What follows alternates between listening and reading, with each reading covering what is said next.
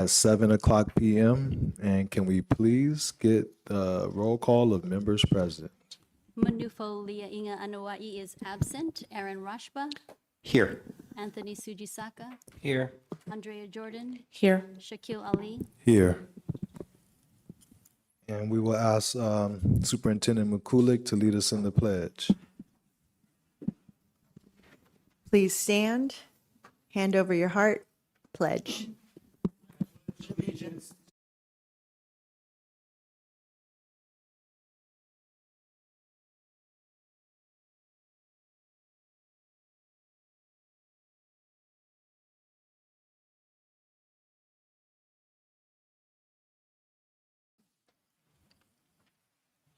Do we have a motion to approve the agenda?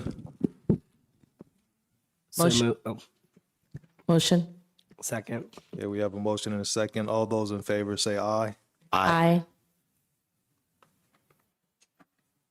Board member acknowledgements and commendations, and I'll start on my right. Okay, well, I had the distinct honor of attending and serving as a judge at last night's spelling bee.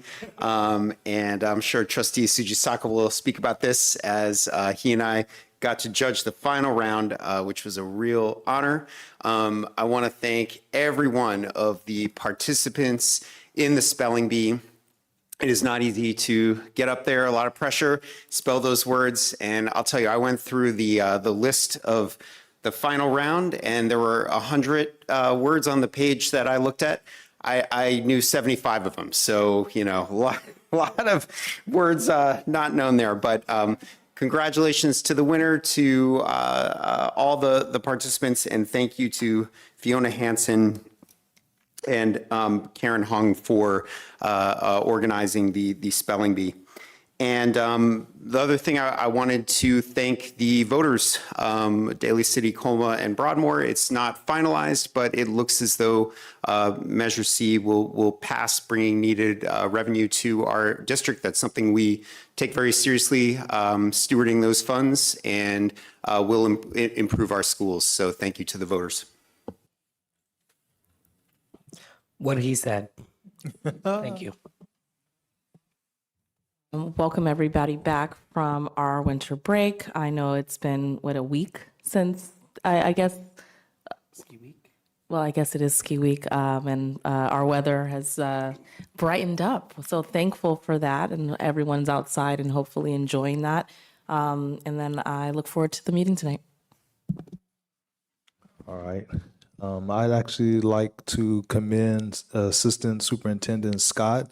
I really enjoy reading your newsletter from all the departments and everything that people are working on, and especially reading about productive struggle.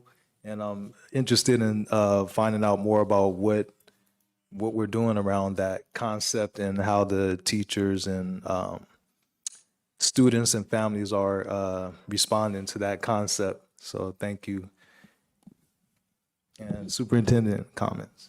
Yes, thank you for Trustee Rashba for sharing some of the things I was also going to share. As of this afternoon, Measure C is passing at a 69.5% approval rating, and we only need 66.6%. And every time I look, the percent keeps going higher, with only 20,000 votes left to count in the county. So I'm feeling pretty confident that it's going to pass. And we want to thank all the voters and all the supporters that helped make sure that this passed to bring much needed funding to our district.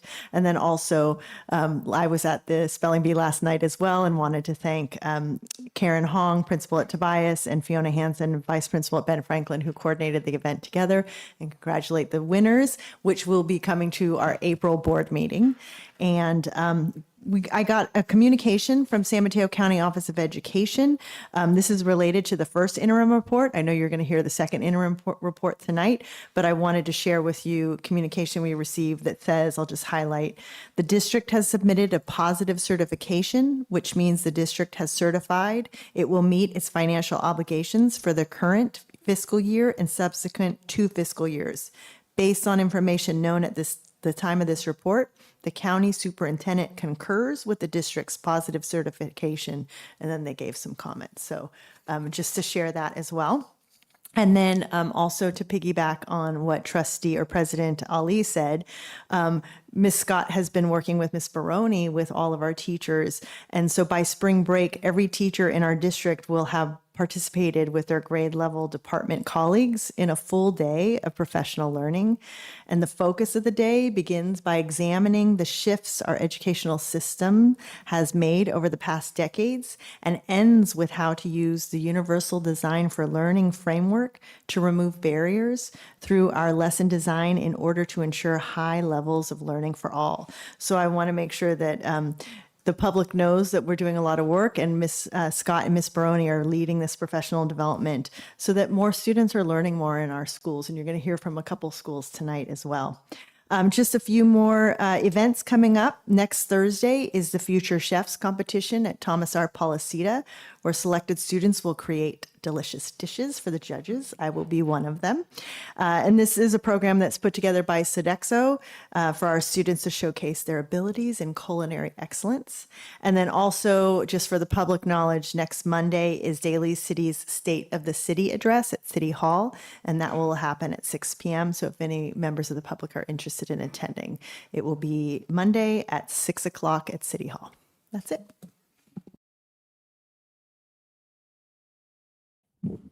Thank you. Item 5C, persons wishing to address the board.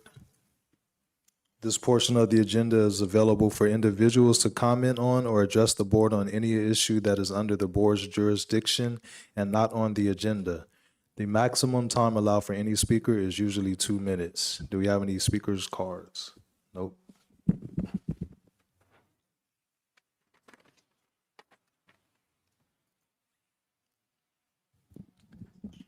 Item 6A, consent agenda. The administration recommends approval of the starred items on the rest of the agenda. And do we have a motion to approve?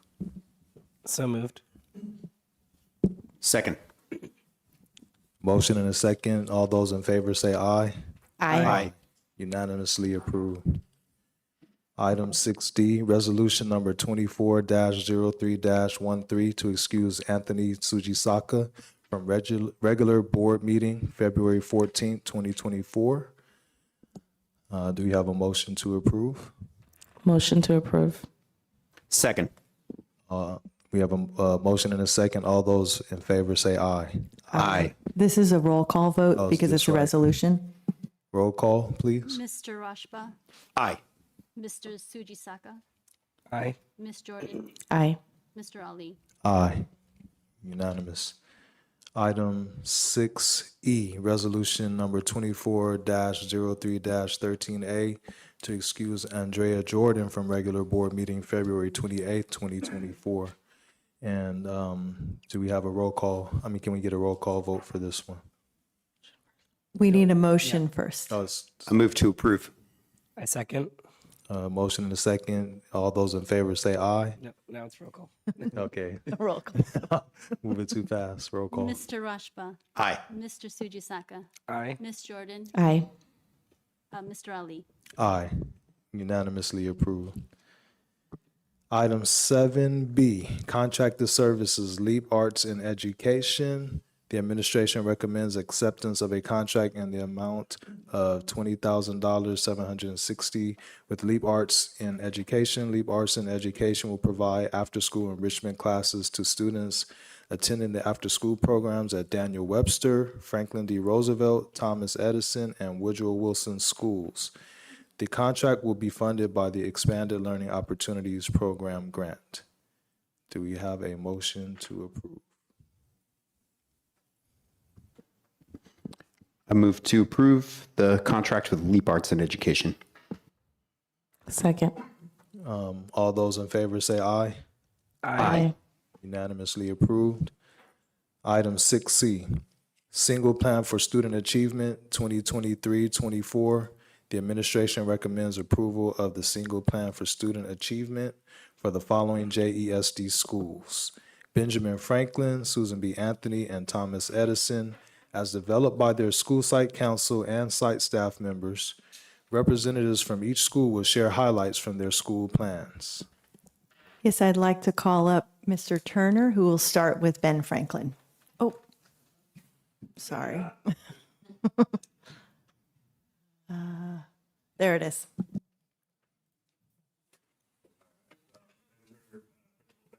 First, before I get started, I do want to recognize a couple things. Here we go. I thought my voice was loud enough. Couple things. First off, yesterday at the spelling bee, I do want to recognize the first place winner, Sean Royales from Ben Franklin. So a big round of applause for him. And then I'd also like to recognize, I got late word today that at the San Mateo County office, San Mateo STEM Fair, we placed second place in the chemistry division. Golnova, Osmanova, and Lam Chung got second place for their project, Can Salt Affect the Freezing Rate of Water? So big kudos to Ben Franklin and the students. All right, so hopefully you had a chance to look over the SIPs. I know they're big documents, so I can give you some of the highlights and some of the things that we're working on. So first up, this actually isn't, at School Site Council, we look at a lot of different data. One of the things that we were, pleasantly surprised at was on the Panorama survey, the social emotional learning component of the survey, in 4 of the 5 categories, we went up, okay?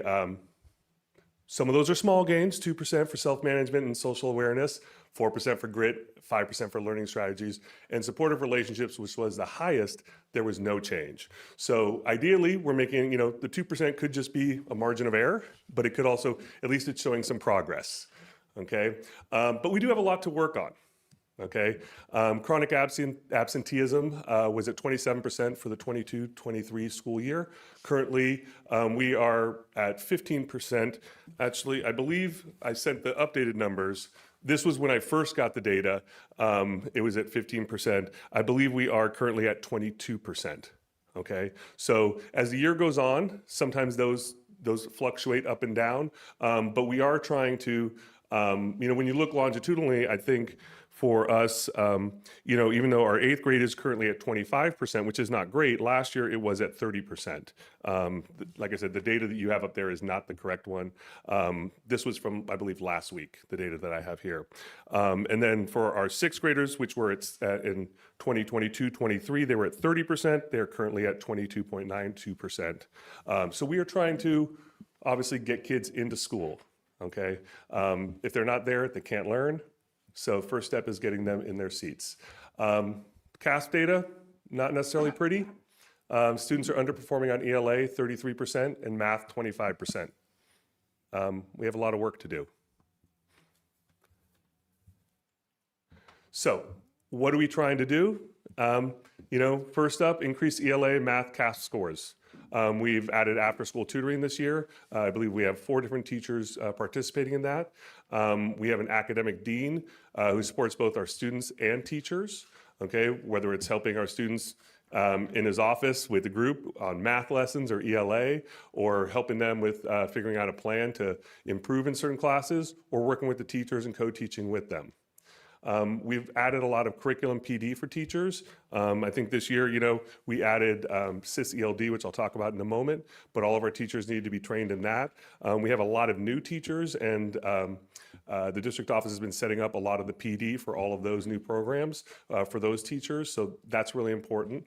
And then just to focus on UDL and instructional strategies for EL students. We are several years into the UDL training, and we're starting to see it more often in classrooms. It's still not at 100%, and not every day, but teachers are trying and attempting different things. For the EL strategies, it's really great to see some of our teachers really stepping out of their comfort zone and trying different things.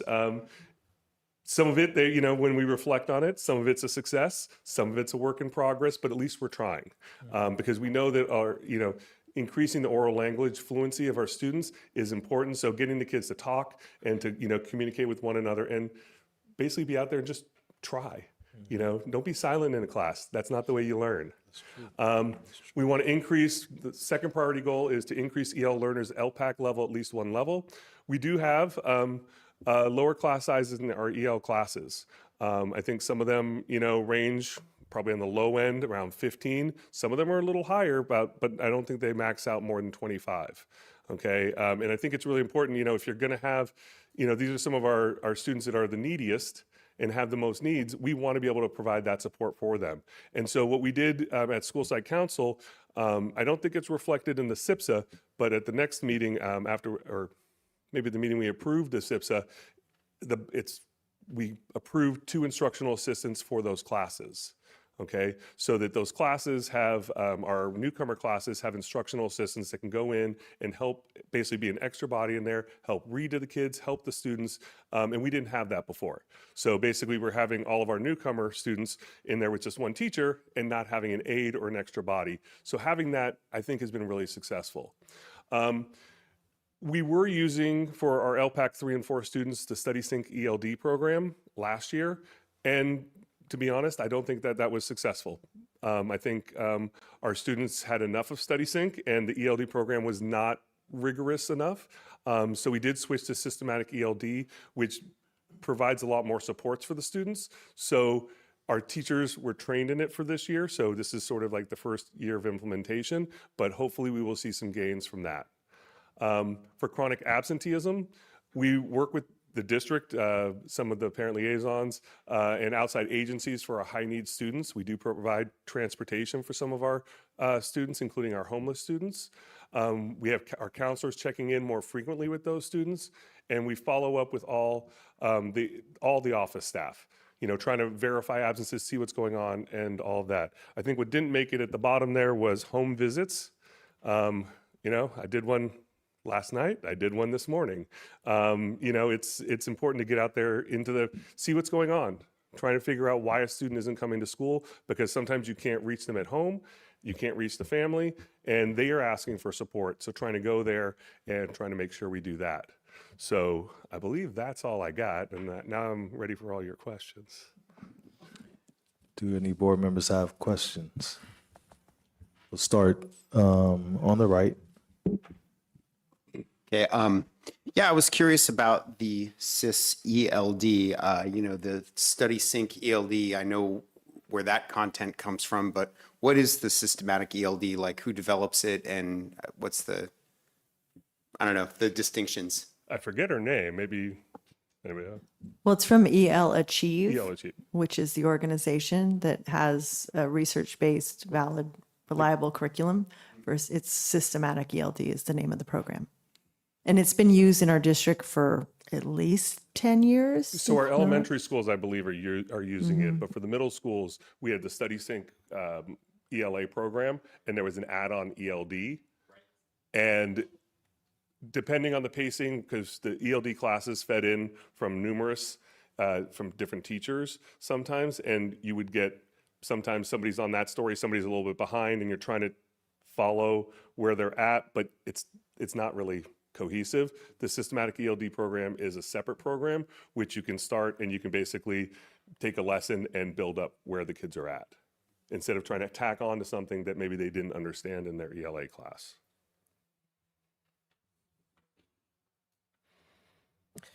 What is being done to increase the number of students with trusted adults at school? And then how are those relationships being built? So, it's interesting. The other day we had a focus group of students that Ms. Martinez and Ms. Santos came over to try and get to that exact point. Like, why these are students who we know we're having a trouble connecting to. We sat down and we wanted to hear why. What is the barrier that we have that we're trying?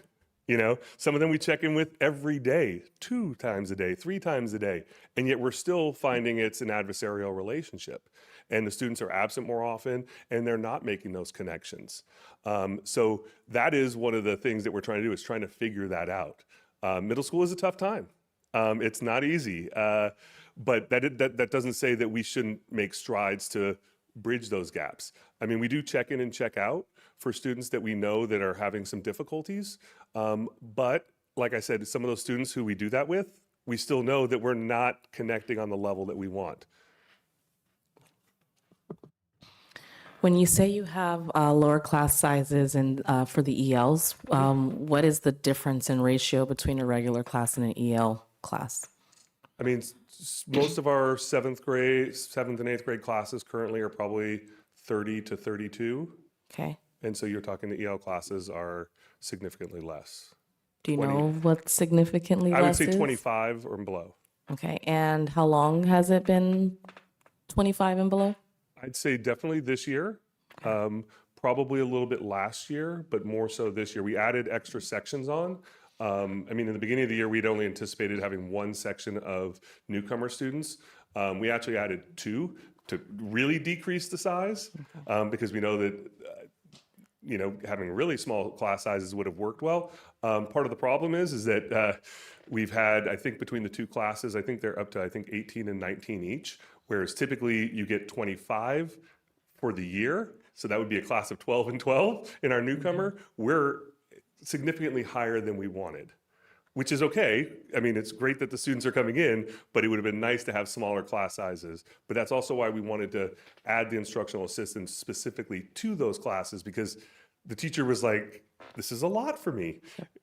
Yep. And I was going to ask a secondary question of how do we keep them lower? And I guess that's the instructional assistant kind of assisting in between the teacher kind of managing the entire classroom. So that's helpful. And then the last question I had is around the home visits. You said you'd done 2 recently. You don't have to give specifics, but I would like to understand how they're being received. Are people opening their doors? Are they okay with you being there? Are they not okay with you being there? What does that look like? I would honestly say that every home visit that I've ever done, the family has welcomed me in.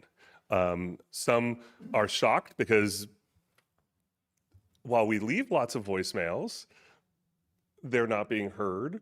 While we send home report cards, they're not always received. And so sometimes it's a eye-opening experience. You're going, your student is failing. Did you receive the report card? No. Okay, well, here's the grades right here. Okay, their attendance is really spotty. Did you know that? No, I was unaware of that. Every family is welcoming. The one that I particularly went to, yesterday and this morning, has asked us to come, begged us to come. And, it's something, there were some challenges, obviously, when you're doing a home visit, first to get into the building, second to get into the apartment, and then third to possibly get into see the student. And sometimes those are some of the challenges, but it doesn't mean we give up. It means we just keep on going back and we work with the family. And then I guess, sorry, I have one last question, which is, are you monitoring if the home visit is assisting with increasing the students' attendance, and monitoring how that attendance is also now increasing their, engagement and success in the classroom? I would love to say that every home visit has a positive result. The reality is that the home visit is almost the last resort. And so, the reality is you may make that home visit and the grades don't improve. The attendance may go up a little bit. But it is a challenge, and it's not something, different student that I made a home visit on, I left a message for the parent because they typically don't answer their phone to give me a call to set up another meeting. If I don't hear back, I'll be heading over there soon because that was, the most positive experience that I had with them was at their house. But yeah, the results are not, we're not going there and go, oh, wow, the world has changed. But it doesn't mean that I'm not going to try. Thank you. Appreciate you trying. And when we go, we typically try and bring, our counselors, vice principal. Today I went with my attendance tech, partly for translation. So everybody on board, the whole team is there trying to do what we can. But like I said, it's tough. Baby steps. Thank you. No problem. I had a question about the chronic absenteeism. What exactly are you talking about when you say provide transportation? Can you give us an idea of what that looks like and what type of agency that we're working with for that? So I don't arrange the transportation, but an example would be a student last year that was, I believe, was probably out significant amount of time, does receive transportation daily, and is coming to school on a regular basis. Yeah, to follow up with that, Ms. Martinez, the Director of Student Services, most of the time, these students are identified as either unduplicated, homeless, what have you. So, or sometimes they have behavioral issues to where they have to change schools, and now they need a ride to get to school. But Miss Martinez, as well as Miss Santa Cruz, arranged that. The transportation services. Sometimes we contract out for like a bus for a student through San Mateo County Office of Education, or we have smaller contracts with providers like ZUM Transportation. At our next board meeting, you'll see a significant increase in change order for one of those transportation services that we provide to our students. But those are some of the ways that we facilitate the transportation for some of these students. Okay, thank you. I just wanted everyone to be able to hear that because I had an idea, but you know, like I said, I wanted the whole public to hear the steps that we take to, you know, from home visits to sending someone to pick you up, you know. Okay, thank you. President Ali, can I ask an additional question? How do we fund the transportation? Where does it come from? It depends. Sometimes in the past couple of years, we've gotten money strictly for homeless and foster youth. So those have offset costs. We do sometimes use Title I funding or other types of restricted funding. We usually, like from the business office, we try to spend the money that's earmarked for those specific purposes. That way it's not dipping into our main bucket of funding for everything else, right? We prioritize spending all of those restricted monies first before getting into our unrestricted general fund. Thank you. Thank you, Mr. Turner. We'll call up Susan B. Anthony, Miss Miss Hannon, sorry. Hanson's my vice president.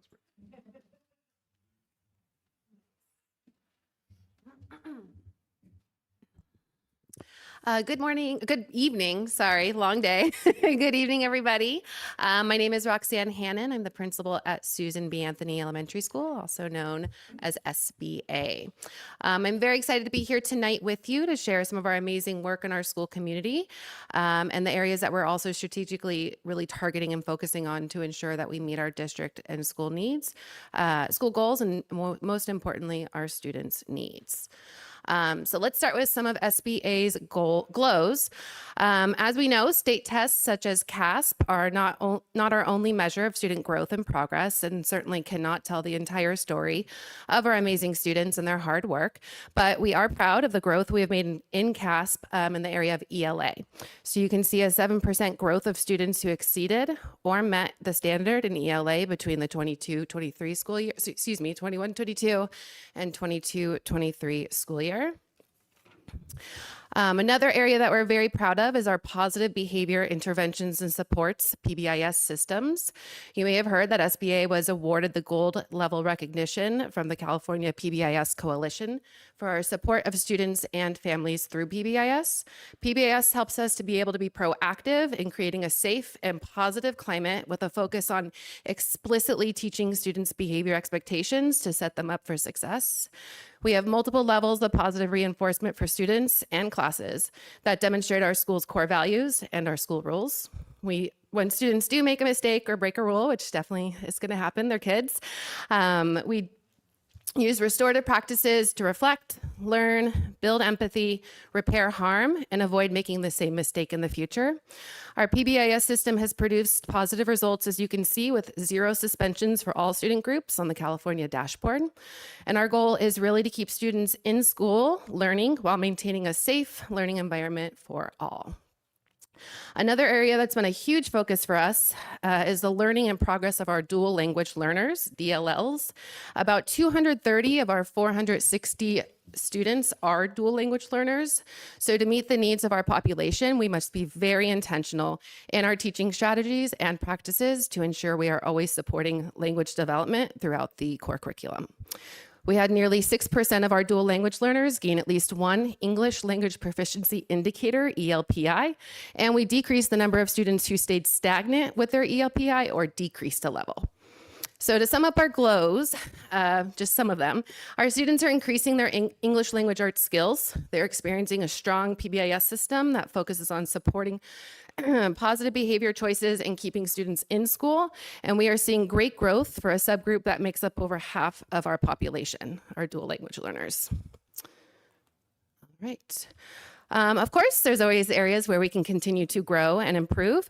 And one of those big areas for us is our attendance. So to improve this, we are increasing our level of site-based outreach to equip parents with information about their students' attendance. Sometimes parents don't realize how quickly those absences add up, and just having that initial conversation can be really powerful. And also so that we can gather information similar to what Ben was saying about what the barriers are in getting students to school and provide the support to remove those barriers. We're also really focusing on helping parents make the connection between their students' academic progress and strong attendance and what the correlation is there by sharing data regularly on both of those data points. We're also keeping our daily attendance rate at the front of mind, probably annoyingly, through our biweekly newsletters with updates on our percentage and how it's changing and hopefully increasing and becoming better. And also just a consistent message about the importance of daily attendance at school. Another area of growth for us is our math performance. So we did see a slight decrease of 1% in our CASP scores. To combat this, we've really focused on math instruction this year and ensuring that it provides students with scaffolds and supports to access math concepts and skills. We are using staff meeting time regularly to re-ground ourselves in the California state standards for math, identifying essential math standards for each grade, identifying where and how these standards are covered in our district adopted curriculum, and looking at the progression of expected skills and standards throughout the grade levels so that all teachers are aware of where students are starting from in TK and where they need to get to by 5th before they leave our school. Teachers are collaborating and having really honest conversations about what skills students are entering their grade level with and what areas need to be addressed more or differently in previous grade levels to ensure that all students have a strong foundation as they progress through the grades at our school. We also have a really great MTSS specialist. It's been a wonderful addition to our staff this year, supporting math instruction and intervention this year. The creation of that position has had a really meaningful impact on both teaching and learning at SBA, and we're excited to see the positive results that that will have on indicators like CASP in the coming years. We've also shifted our focus for our after-school tutoring program to math. Historically, it's been in reading and language arts support. And we have 5 teachers providing targeted tutoring to students based on our district benchmark assessments. So to sum up our SIPSA, we have 4 priority goals that we're focusing on as a site. First and foremost, always is student learning, and some of the key actions there are expansion of targeted and small group intervention support during the school day. We did site fund an additional teacher to keep class sizes smaller in the upper grades and avoid split classes. We are providing data analysis release days to teachers so they can really know their students, what skill gaps they may have, and plan to address those. And we're providing all students with weekly coding classes. Our second area of priority is for our dual language learners. Similar to what Ben mentioned, we are implementing school-wide systematic ELD strategies during both designated and integrated ELD. We are scheduling time and coverage for teachers to be able to observe each other implementing those strategies. We have a full-time ELD teacher, which has been wonderful. And we also created a group called Monday Mates for our newcomer students. So we're working in collaboration with Daly City Partnership for that. So any student who has come new to our country, they have a safe group of common learners and an adult who speaks their language every week after school on Mondays to really build that connection from day one for them. And we're also putting our newcomers on modified check-in, check-out to build adult relationships from day one. And that report and information goes home to parents so they know how that's progressing for their child as they join our school. Third goal area is for school climate. To address this, we've increased our yard supervision to make sure everyone feels safe and seen outside. We've expanded student opportunities to empower our students to really take ownership of our school climate through Kindness Club and Peacemakers. We're also expanding recess options and really focusing on non-sport options because not all of our students are into that. So different board games, the life-size board games, Connect Four, Jenga, and recess clubs. And we also have our full-time counselor this year and half-time mental health intern, which is making a really big difference. Our fourth priority area is family engagement. So we are providing uniforms to any family who needs them or that we have even a suspect need. We're expanding parent participation events. We provide translation at all school functions, and we've also worked in collaboration with Daly City Partnership to form a parent group called Charlemos Juntos, where parents who identify as Spanish speakers are able to come together once a month with dinner provided and childcare to just talk about the challenges and successes that their community faces. I know I'm a fast talker, sorry. Any questions? We'll start on the left this time. Can you expand on the targeted tutoring for math? Obviously, because every student will have different levels of needs. So what does that mean? How are you implementing that? So we're using multiple data points to try to get the best picture possible and form groups that are similar enough where we can really see success in targeting specific skills or standard domains. So we're pulling data from IXL, which is a new program that we have this year that's computer-based.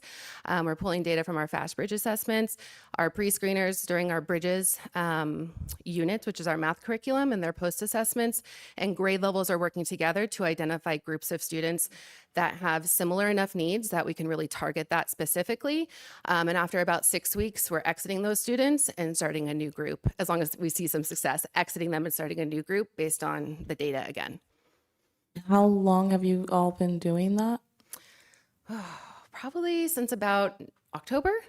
Okay, and the reason why I asked that is because when we think about the drop off in skills from a math standpoint, and maybe I'm wrong in this, but I think 3rd through 5th grade is where you start, and maybe that's because you start testing at that time, but it also gets a little bit more challenging. And so I know you said October, but when that 3rd grader moves on to 4th grade and they go through the summer and they're not getting tutoring or whatever it is, they lose skills over the summer, and then it's kind of starting back at square one again. And so how will you plan to address that? Because if not, it's kind of like you're on a hamster wheel and you're never gonna catch up. You're absolutely right. I don't have the answer to that question, unfortunately, but we do have a lot of summer opportunities in our district. So I take publicizing those and doing specific reach out to families for students who I think would benefit from that to avoid the summer learning loss. We've expanded our tutoring from just 3rd through 5th. We have 2nd grade this year, and I'm hoping that we can continue to bring that to the primary grades to really build that strong foundation. As a staff, we're really looking at the math domains and identifying, based on all data points, what areas are telling us that they need more support. So we've really started with numbers and base 10 operations. And as a staff, that's what we're focusing on. To really give students that strong foundation in number sense and understanding how math works and being able to work through different situations in math. Perfect. Thank you. I have 2 questions. I'll ask one now and then I'll come back. My first question is about PBIS. What examples, I know you gave one, but I wanted to hear a few more. Just what are some other examples of PBIS that you employ at your school? There's many. Where do I begin? So we do have a morning meeting every morning so that we are engaging as a whole school community. During our morning meeting every day, we're acknowledging students for exhibiting our core values. So there's a student who's acknowledged as the core value winner, but there's also rising stars who are showing progress or great growth or recent expansion with that core value. We have pack bucks that we distribute to students on an individual basis for demonstrating our core values and rules. We have Kacha Being Kind slips for classes to try to build like group accountability and supporting each other as a team.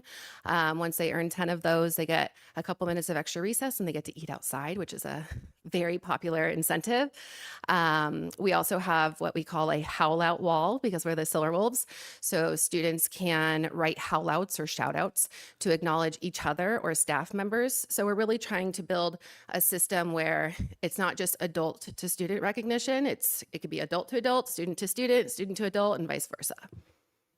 Thank you. Thank you for the excellent presentation. I'm really encouraged to hear the working with Daly City Partnership and the partnerships that you've fostered. I had a question about the tutoring, and I was wondering if you're finding whether the students who need it most are going, and if not, how you reach students who are struggling most. So we have tried to be strategic in selecting those students, not only based on math performance and data points, but also students who are in our after-school program with the Boys and Girls Club. We have over 100 of our students in there. So oftentimes we're lucky, and based on the data, it's the students who are already in that program. So we have kind of free access to them from 3 o'clock to 6 o'clock. And otherwise, it really comes down to a conversation between the teacher and myself and the parent about why we think that, that despite challenges sometimes with picking up later or having a different schedule with all of the other after school activities students may have, why this should be a priority and presenting the data to them so they can be a partner in that decision. And then my second question has to do with your language program for their newcomer students. How many different languages do you have? And then how did you get enough speakers of each of those languages? So for the after school program that we have, the Monday Mates. Yeah. So primarily the students in that program are Spanish speaking. So the leader of that program is Spanish speaking, and we do contract out as a district with a program or a agency called Language Link, and you just have to schedule ahead of time, and they'll send a translator or interpreter. So we did have one student who speaks Vietnamese who needed that other support. And at first I was a little hesitant about how are they all going to connect, especially if there's only one student who speaks a different language, but it's really been seamless, and just kind of having that opportunity to be in the same room, explore the school environment and get comfortable in it and feel like it's a second home, and build those peer relationships and also like safe adult relationships on campus has been really powerful. That covered one of my questions. That was great. So I have a question about the uniforms. How do you find out if a student needs a uniform, and how many uniforms do they get? So first I want to say that our uniform policy is pretty lax. Hopefully our students aren't listening right now. But it's nothing punitive at all. It's just a sense of pride in our school community and our mascot, the Silver Wolf. But I do work really hard to build personal relationships and rapport with our families so they feel comfortable coming to me and expressing that need, because I know that can be a difficult thing to do.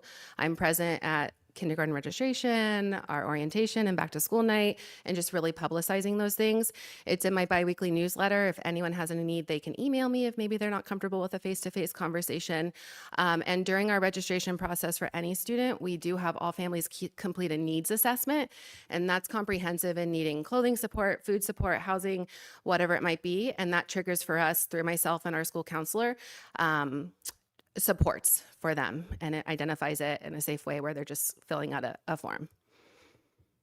That's really great to hear. And I didn't realize that it was just an encouragement, that there was no requirement for, well, I guess we shouldn't talk about it too much, but but it's encouraging hearing that. Yeah, thank you. Are there any other questions or comments? Okay, thank you so much. Thank you. Thank you, Ms. Hannon. And we'll turn it over to Ms. Bell for Thomas Edison.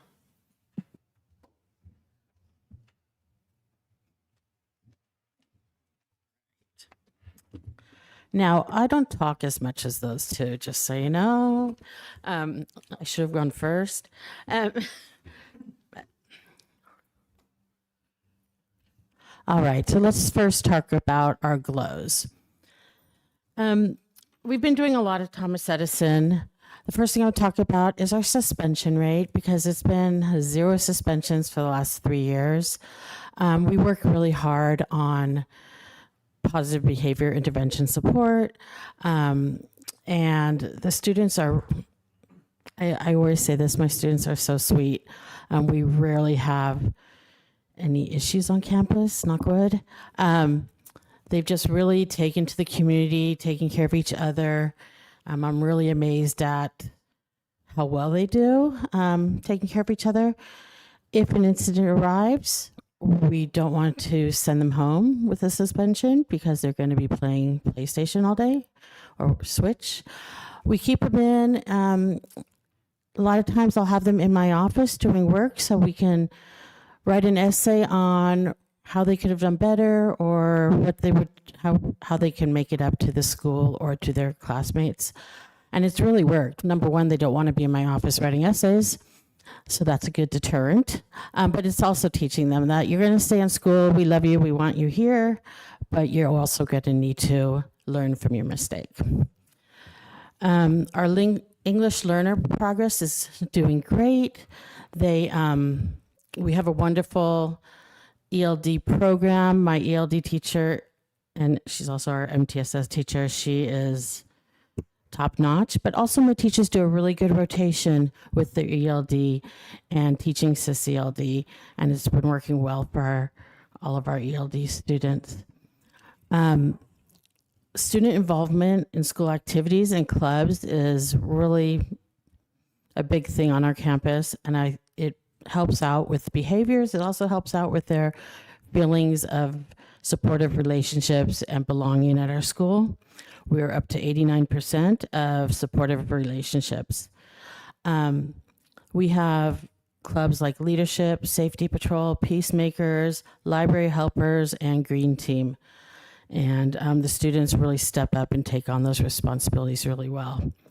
As far as academics, we have a ways to go, but we're getting there. This is our Fast Bridge data from fall to winter. And this is school-wide. We went from 65% to 68% at or above benchmark. So we're moving on up. That's our A reading data.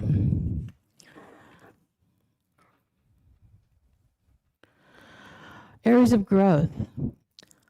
Academically, we're still not where we should be. In ELA, we were at 51.52 at or above and 26.67 nearly met. And math, 43.77 at or above and 33.73 nearly met. So what we're doing for that is we have a lot of interventions during the day for our students who are far below basic. They're getting extra small group work, but we have these students that are nearly met, and a lot of times they get overlooked. They're not the students that are being pulled for these small groups. They're not the students that are going to our RSP classes. And so we're trying to figure out what we can do with these students to help them move up. So these are the students we are targeting for our after-school tutoring, and trying to move them up to get them at or above. Chronic absenteeism is still an issue for us. And I too talk to my families nonstop about attendance. I have monthly principal chats with our families, and that's a topic at every single monthly chat. It's also in every single one of my newsletters. But it is helping, and it's getting better, and hopefully that continues. I do also go visit families and have a lot of family meetings when I see that the attendance is getting out of control. My latest one with a young lady who's been with us 36 days and late 28 of those 36 days and missed already 12 days of school. I had the mom come in, I met with the young lady, and I made a deal with her. I said, okay, let's make a deal. You get here every day for the next 2 weeks on time, and you're in school. What do you want? And she said, I just want to have lunch with you. I'm like, oh, okay. So this Friday, if she has 2 more days to make it, she's been here every day on time. And Friday we're having lunch together. I'm bringing it in. She gets to pick what we're having. So I think little things like that, like reaching out and making that connection makes all the difference. And so hopefully that continues, and hopefully I don't need to buy too many lunches. So our key actions for student achievement, we have a small group reading intervention during the day that's site funded. We have an aide who comes in. She was trained by a reading specialist. We had that happen at the beginning of the year, and she is meeting with small groups. And these are students that are at risk. And we have seen these scores going up with having those small groups. So it's working really well. We have the targeted after school tutoring that I talked about. We've been really focusing on UDL techniques. One of them is stating the lesson objective, making sure the students know what they're learning, making sure that it's clear, it's either stated or written before the lesson. That's just one of the ones we're working on, but that's school-wide now. Everyone needs to do it. Another thing is making sure every student is seen every day. So greeting them at the door by name every morning. So I'm out there greeting them as they're coming on the campus. Teachers are standing by the door, greeting them as they come into the classroom, so they feel like they're part of the school. We've been working really hard on our ELD strategies, not just during ELD time, but across the curriculum. For the positive school climate, we do a lot of PBIS at Thomas Edison, and our counselor does SEL lessons every month in all the classrooms. We have Monday morning assemblies. Well, it stopped during construction, but it's going to start again. So a lot of Monday mornings, you might see us out there singing and dancing. It's not a pretty sight because I'm up there leading it, but the kids love it. And then we do our copying goods, and a lot of times the leadership will come up and they'll let the school know what's happening this week. And it's just a really nice weekly way to start the week. We have lots of spirit days. And we have PBIS pep rallies. Next one's coming up Monday, the 25th. And that's just celebrating everything that's good that's going on and reminding them about our expectations and how much fun we can have if we all follow those expectations. Again, the next one is all the clubs we have on campus. It really makes the students feel like they're doing something for the school and they're part of the school. We have cross grade level buddies. My fifth graders love going into the kindergarten classrooms and reading with them. So it just really forms a good bond. We do have a site funded extra 3-hour PE aid, which has given us more people on site during recess and during PE and out there with the students. And I already talked about greeting the children. And then family engagement. This is one of my favorite things. We do a lot of monthly events with lots of food trucks. Because I really believe the way to a good community is through food. So we love just getting together and eating as a school and talking and having fun. And our next one is tomorrow night. We have a literature night, and they're coming in, they go to different reading stations, and of course, eating together. And it's just a really fun evening. We do flashlight reading in the dark. In one classroom, we have a whole bunch of different things set up. We have a lot of volunteer opportunities. Daily, you'll see parents on site helping out, being part of the school atmosphere.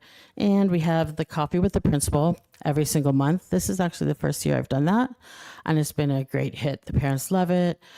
Every month I have a different topic I'm going over, but then it's just open up for just talking, anything they need to know, and letting everyone know what's going on, being transparent with my community. That's it. Thank you. We'll start on the right with any questions. Okay. Thank you for the excellent presentation, Principal Bell. And it's interesting to hear, the unique challenges at each school and some of the common themes and, the growth opportunities of academics and absenteeism. So it's definitely worth I know we are thinking as a district about how to address these, but common challenges all the way across. And my question to you and perhaps the other principals, I'm just curious of how your site councils are going. Are you able to recruit enough people to serve on them? This year actually I do have a site council. There is 5 parents, and they're very active in the school, which is very helpful. And my PTO's great, very active. The one I have a hard time recruiting for is my ELAC. That's really hard to get people to come to. But the other 2, they're doing great. And they are coming, and they're very into what's going on. I found my incoming kinder parents are gung-ho, so it's like those are the ones you grab. It's the first year there, and they want to be part of it. So, well, that's good. And I certainly wanted to put in a plug. I know those positions can be difficult to fill. That's how I started on the school site council. It's really rewarding. So I'd encourage anybody who's interested to volunteer to serve. Can you show us a dance? No. I'm just kidding. No, actually, my question has to do with the chronic absenteeism. I'm not sure if your school has a counselor, but does that person go with you since I know your school's a little bit smaller. So who goes with you if you do home visit? Or what just kind of me and my counselor. Yeah, I have no one else to take with me. So yeah, me and my counselor. And she's great. We have a full-time counselor this year, and it's been life-changing. And she not only does the SEL lessons, but she does check-ins with all of our new students that come in throughout the year to make sure they're, making friends and feeling comfortable in their new school. She is Spanish speaking, so she has a Spanish club with students. She does lunch bunches where they sign up to go with her. There's a whole bunch going on, and she's running the check-in, check-out, which we call the Tigers Club. But actually, kids ask to have that because it's just so nice. They have someone to check in with, and they get really excited when the week went really well. So she's in charge of that as well. Yeah, thank you so much. I don't have a question, but I do have a comment and maybe some unsolicited statements. So bear with me. I'm really happy that you guys are doing the cross-level buddies. When my daughter was, my oldest was in elementary school, I remember she got so excited about going to the other classrooms and reading. She's like, I'm the big kid now. And so I think it obviously helps, but I think for the kindergartners, they get to see like, look, I could become that. I wonder if, from even a student achievement standpoint, like having buddies from the grade level above could help from both the math and an English and reading standpoint, because yes, it's great to see it from a teacher, but when you see another student able to do that, I'm just maybe unsolicited. Just That's a great idea. Thank you. And then the second thing is the greeting every child at the door every morning. I really love that. I actually think that would help with the chronic absenteeism. Also unsolicited statement here. So I was on vacation. I went to New York, and of course I couldn't sit still, and I'm taking my niece to school at 8:30 in the morning, even though I probably should be sleeping because it was 5:30 in the morning California time. But I go to the school and I'm exhausted, and the principal runs out, has a microphone, there's music blasting and the kids are all dancing through the line, and I'm like, it is 8:30 in the morning. Why is everybody so alive? And I thought that was such a great way for a student to start their day with so much oomph, if that makes any sense. And so again, unsolicited statement here. If there is a way to in my head, if I was a 7-year-old that didn't want to go to school in the morning, and I knew that my teacher is singing, dancing with the microphone, I'm like, Mom, I gotta go to school today because they're playing my favorite playlist from 8 to 8:30, and I gotta be there on time. So just unsolicited statements. Thank you for what you're doing. It sounds like, you're making progress, and it's always progress over perfection. So Thank you. Thank you. Is that it? Yeah, actually, Trustee Jordan, you pointed out the two things that I was going to commend as well. The greeting every child in the morning at the door, and also the cross grade level buddies. So yeah, I just want to reiterate all the accolades that you've received so far, and just tell you to keep up the great work. Great, thank you. And I want to point out, because someone pointed out about the spelling bee, Thomas Edison 5th grade girls and 4th grade boys took the championships in the basketball tournaments. So yeah. I just want to thank all three principals for their presentations tonight. Thank you.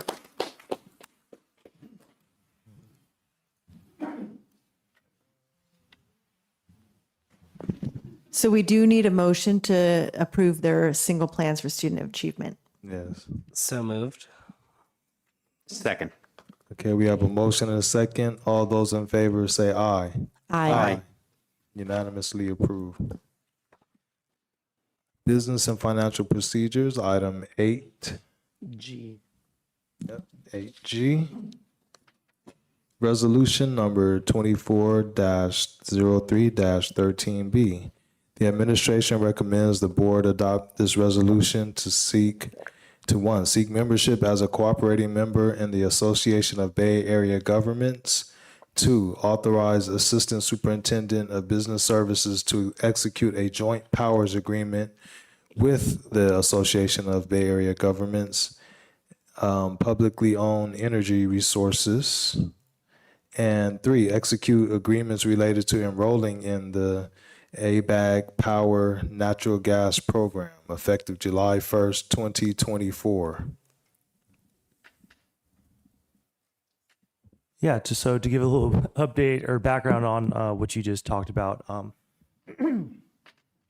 Currently, the district, we buy our natural gas from a JPA called Spur.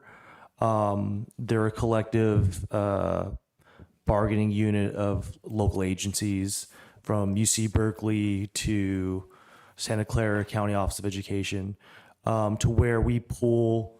What they do is they buy futures of natural gas so that when we have cold winters in California, what usually happens as homeowners in the state, you guys would notice that the natural gas prices fluctuate pretty heavily. So what these JPAs do is we pull together our collective purchasing power. We buy the futures on gas so that way we don't have massive swings, 20% increase in one year, or we, during the months that are very cold and we're utilizing a lot of natural gas to heat our facilities. This is just a hedge for us moving forward. So our current JPA Spur, they're getting out of the business for reasons that the legislation is passing laws that aren't conducive to buildings having natural gas, right? Our Eastmore Heights Workforce Housing Development Project doesn't have any natural gas connections. It's all electric. And the state is moving more and more to pushing an all electric household and businesses and commercial buildings. With that being said, if there's no incentive for these companies that pipe in natural gas from around the country into California, if there's no financial incentive for them to continue to pipe gas here and to put the capital investment in the infrastructure to get the gas to all over the state, that's when companies will drop off and it gets more expensive, right? So that's why Spur, our current JPA, is getting out of the business. And they did an RFP last year, and their recommendation was to go with ABAG Power.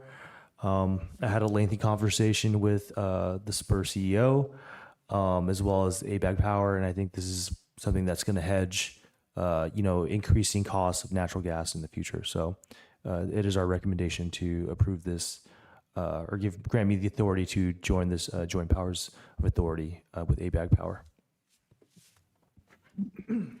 All right, do we have any questions? So I did just want to clarify, the ABAG is an existing JPA, not a newly formed one, right? Yeah, it's an existing JPA. JPA meaning Joint Powers of Authority.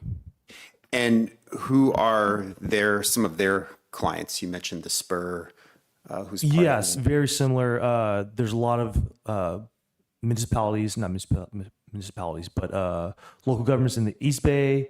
I know there's some Cal States in there. There's an entire list that I can get to you. Like it's a pretty comprehensive list. Yeah. And I'm sure a lot of the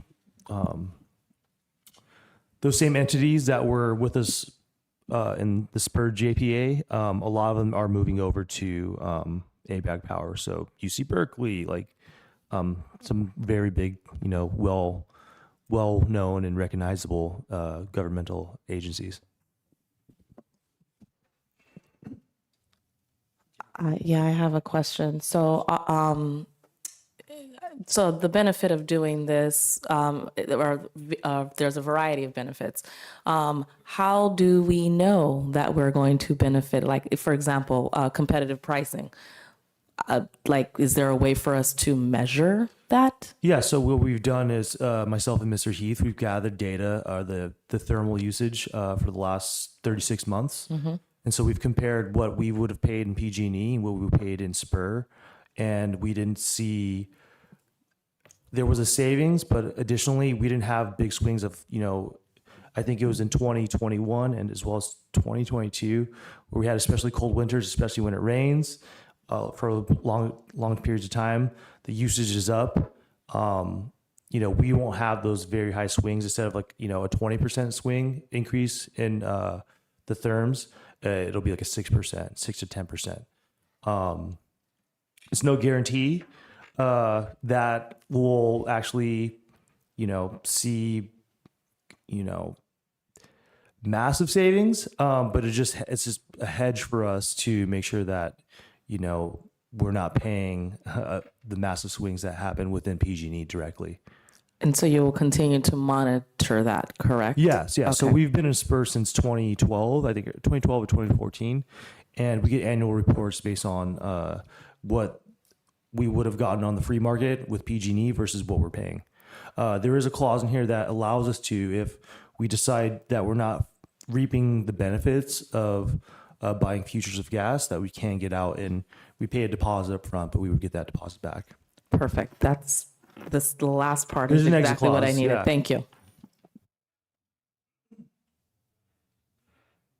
And then I have one last question, or for me. Is there any plan to switch the things that we have that are running on gas currently to electric?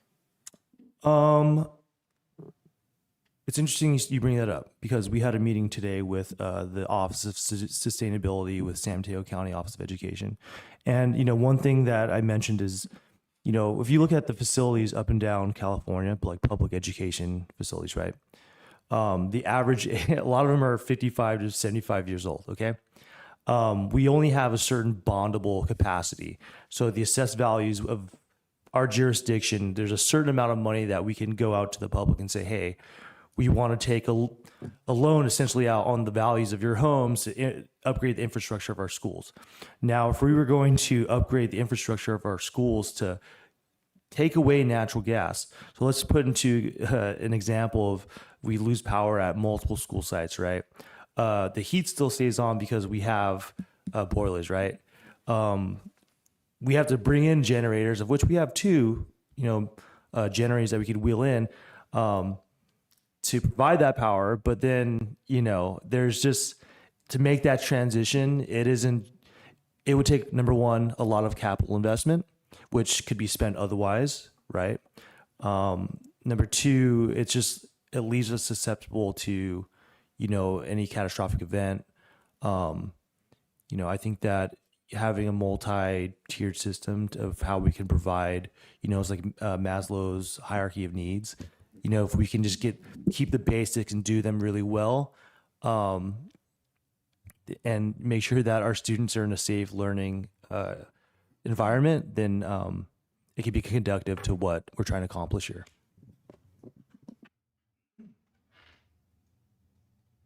All right, well, thank you. So do we have a motion?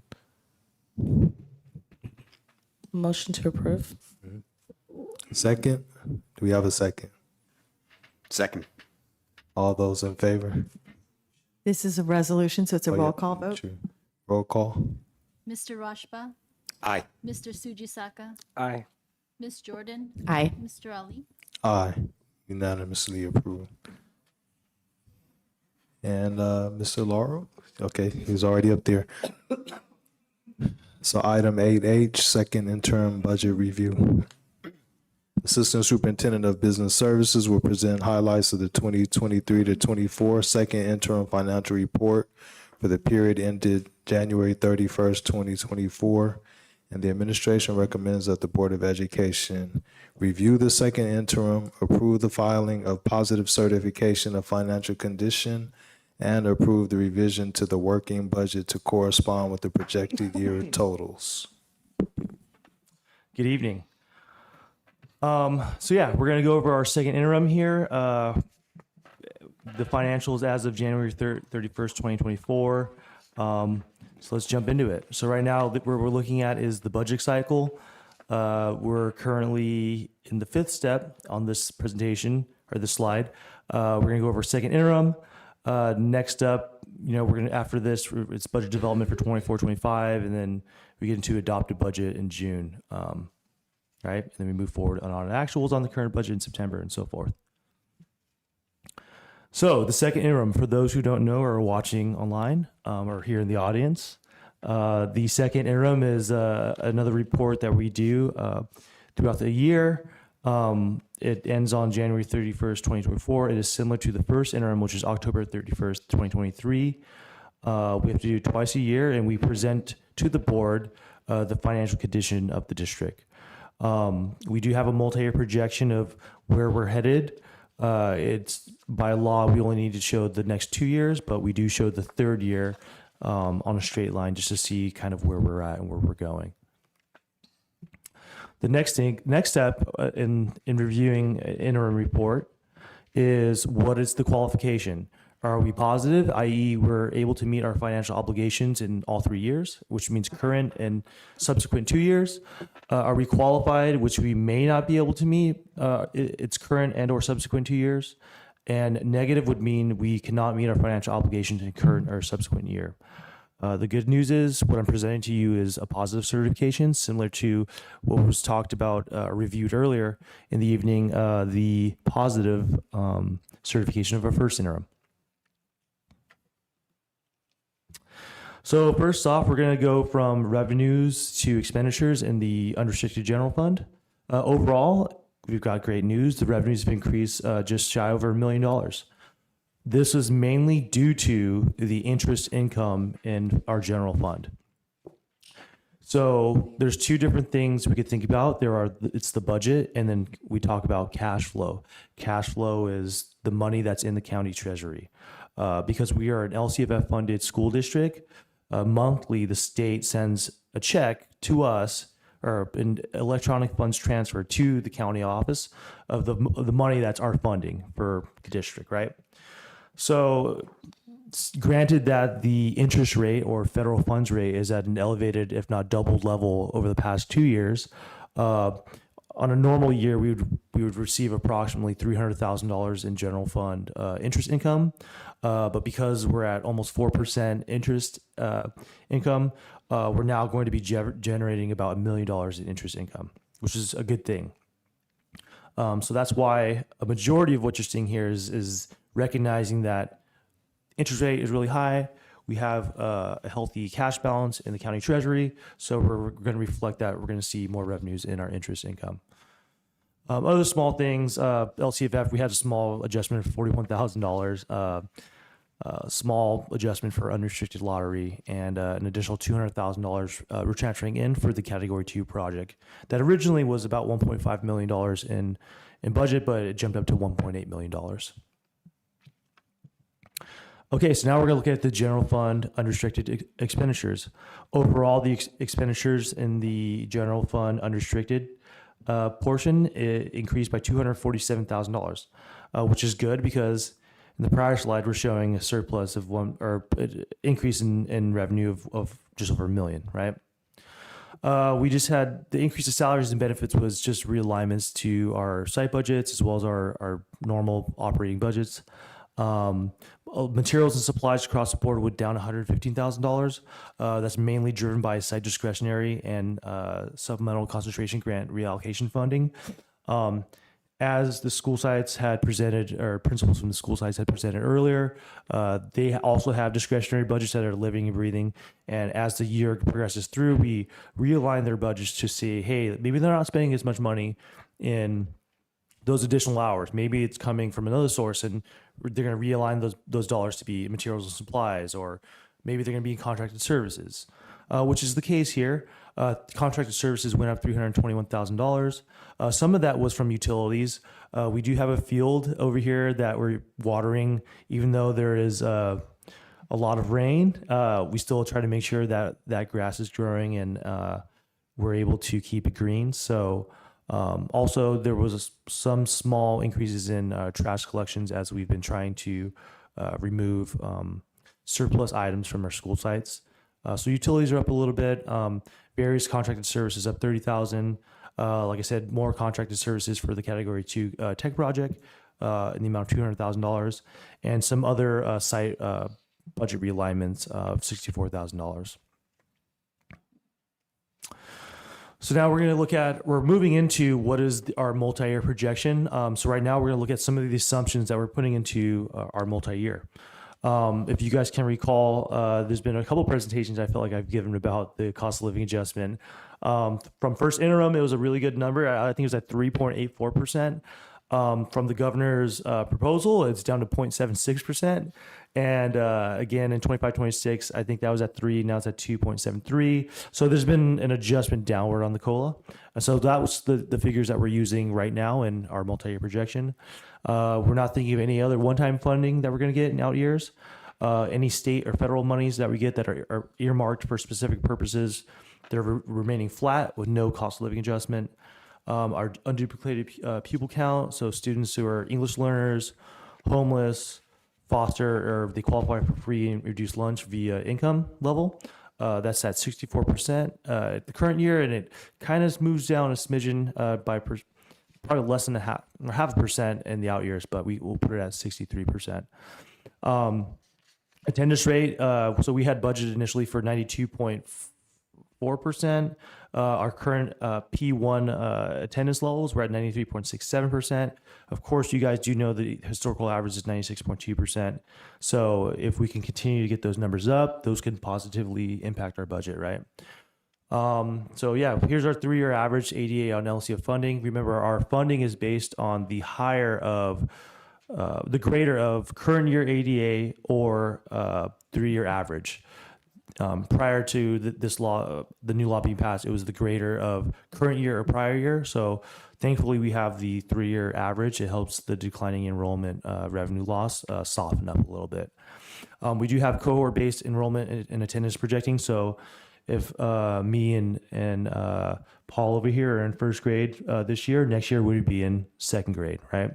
So as the grade levels that are higher in enrollment filter out of the district, our declining enrollment goes down. We're hoping that TK can continue to stay at an elevated level. We have 167 TK students this year. I think we only had projected about 120. So as the law changes to widen the net of students that we can get into TK, I'm sure it's going to have a positive impact. What's not included, right? Salaries and benefits increases beyond step and column. Step and column is every year on a salary schedule. Said employee can go up a step based on years of experience and so forth, and or continuing ed credits. Increases in medical premiums. I was in a presentation last week with SMICSIG, our JPA for insurance across the county. We met with Keenan, our insurance broker, and they said to expect anywhere from a 10 to 20% rise in medical premiums again. This current year, we did have like an 18 to 19% rise in medical premiums. The actuarial studies have come in, and what they do is they determine, what is the utilization of the services that you're paying for. If they're above, then the premiums are going up. This is largely due to, from a time period of 2020 to 2022, People weren't going in for elective surgeries. They weren't going in for normal doctor visits. There, in fact, some of the hospitals were telling people to go away. But now, now that the utilization is higher, we're going to expect to see some higher premiums, as well as, it's in the news.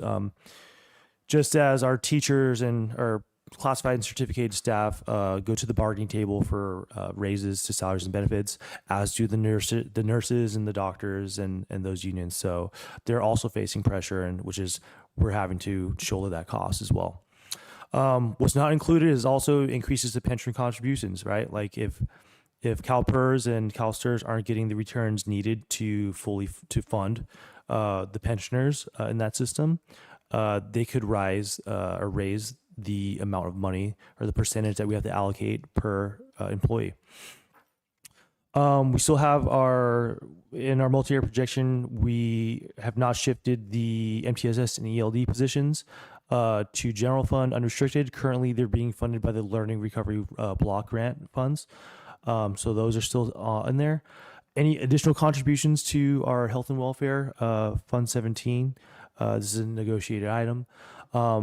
Also in this multi-year projection, the budget deficit ballooned to $73 billion. And what are going to be the impending changes to LCFF and COLA, which will be coming in May.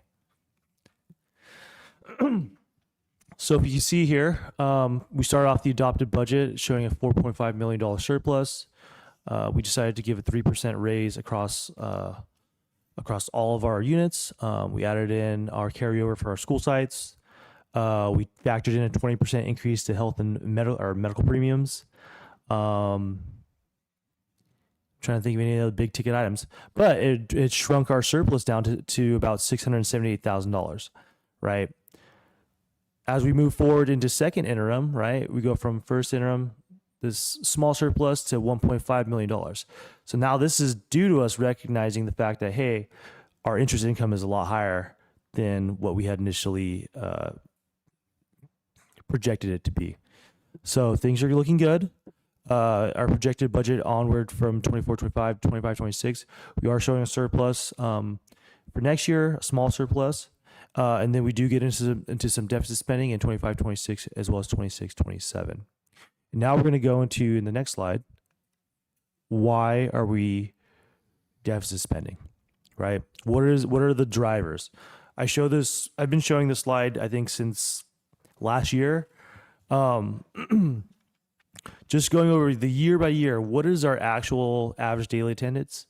What are we funded on, which would be the 3-year average? What is the cost of living adjustment that the state is giving us? And what are our revenues, right? So if you take a look here, we go from 22, 23 to the current year. So last year to this year, we had a 1% raise, 1.41% raise in actual revenues. The big drop that we're going to see is the funded ADA is going to go down almost 300 students from this current year to next year, right? Our actual ADA is so much lower than what our funded ADA is. Ms. Kessler, my predecessor, for 10 years, a lot of you guys were here for her tenure. She would always talk about declining enrollment. Declining enrollment is if we go back to this prior slide, it's what's causing us to deficit spend. We're losing revenue, top line revenue, right? So with that being said, this is what we're looking at for ongoing. There's still going to be a ton of, I think, Mr. Rashba, you had made a note of like how much we were changing from first interim to budget. Like, it's always going to change. We're using, all the information that we're getting from the state level, to make the best predictions we can, but we know it's going to change, right? It's going to change in May. And so all we can do is utilize all the information that we can get and hopefully, double check our assumptions and make sure that, we're utilizing we're going back based off the recommendations at the county level, right? As the oversight body, San Mateo County Office of Education. But we're still in a good spot. So, this isn't a ring the alarm. It's just saying, hey, we start into deficit spend because, right, our declining enrollment is starting to affect our funding. So I just want to make that clear.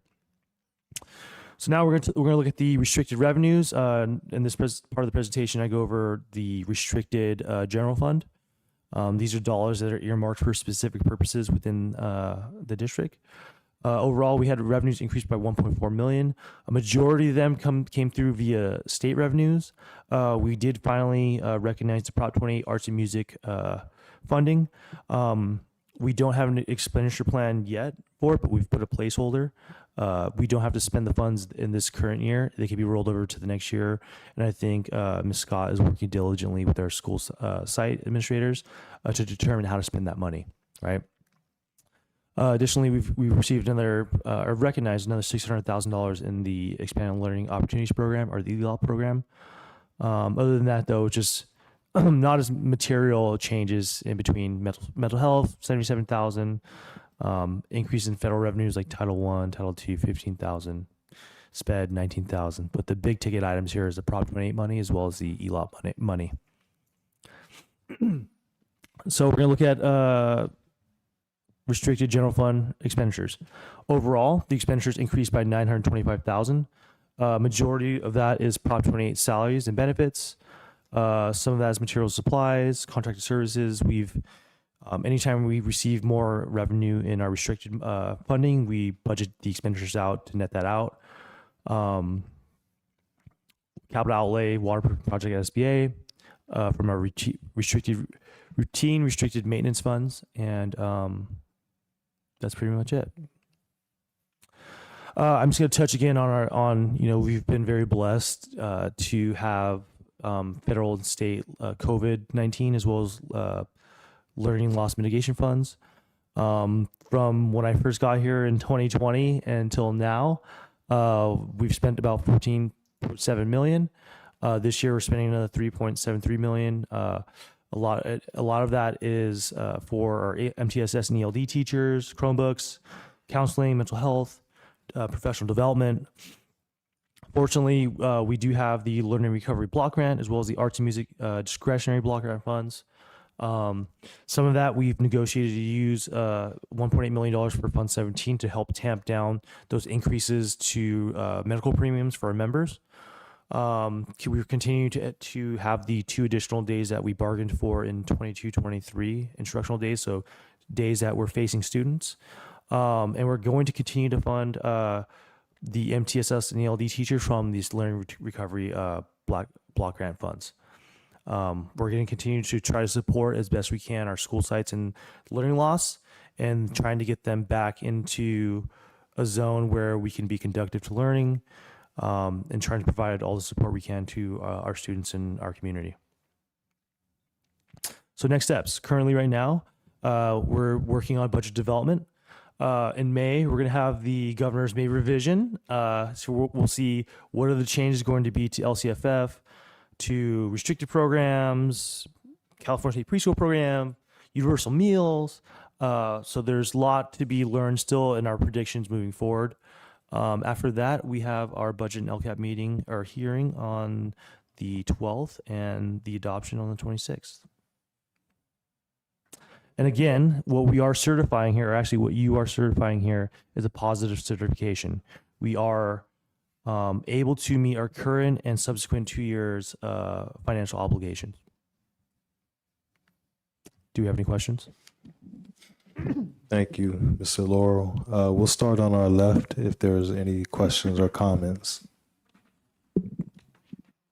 Thank you, Mr. Laurel. So I know that we have a positive certification for this year and the next 2 years, but when I'm looking at the decrease in fund balance, obviously, even with the positive certification, it is concerning. So declining enrollment, we can't necessarily control birth rates or, people moving to our area or any of that. What is it that we can do from a monetary standpoint to move things around to not have to not have the decrease in the fund balance? Okay, so There's a couple things we can do. We can shift things to come from restricted programs, right? So we look at what are we spending in our unrestricted general fund that it might be, hey, actually, maybe Miss Martinez, this isn't factual, but this is just an example. Yes. Maybe somebody who's working with targeted students, so like students who are unduplicated, they're English learners, they're providing services directed for those students who those students are providing, revenue from these restricted accounts, and we're paying for this person out of our unrestricted general fund, then we would shift that person over to restricted. I think the biggest thing here is we budget to spend all of the money, right, that, whether it be carryover from school sites, whether it be ensuring that Ms. Scott's department has everything she needs to run a comprehensive and supportive curriculum and instruction department, right? We build these budgets in March for next year. And so at the end of the day, sometimes we don't spend everything that we've budgeted, right? I think in the last couple years, we've had great surpluses because of the increase to funding. We had a lot of help with all the COVID and learning loss mitigation funding. So in terms of moving things around, there's things that we could move around. But at the end of the day, there's things that the pressures on our budget that are increasing the expenditures, like step and column, medical premiums that we're paying to Kaiser and all the other insurance companies, right? Like those are things that are out of our control, but they're continuing to go up, right? The biggest thing is that we're getting, we have declining enrollment. San Mateo County, if you look at all up and down, I think we're top 5 in terms of student loss or over the last 4 years. But with that being said, that's almost all school districts in California, right? So it's something that it's not unique to just us. Rest assured that Mr. Marquez Valenti over here, he's done a great job in ensuring that we're not completely overstaffed, that we have exactly what we need to meet the goals of the board as well as the goals of our sites. But we are always taking a look to make sure that and thinking, hey, if we've lost 17% of our students, there's areas that we need to make reductions to, change our funding allocation models for our school sites. When you look at this is a tool that looks at things straight across, right?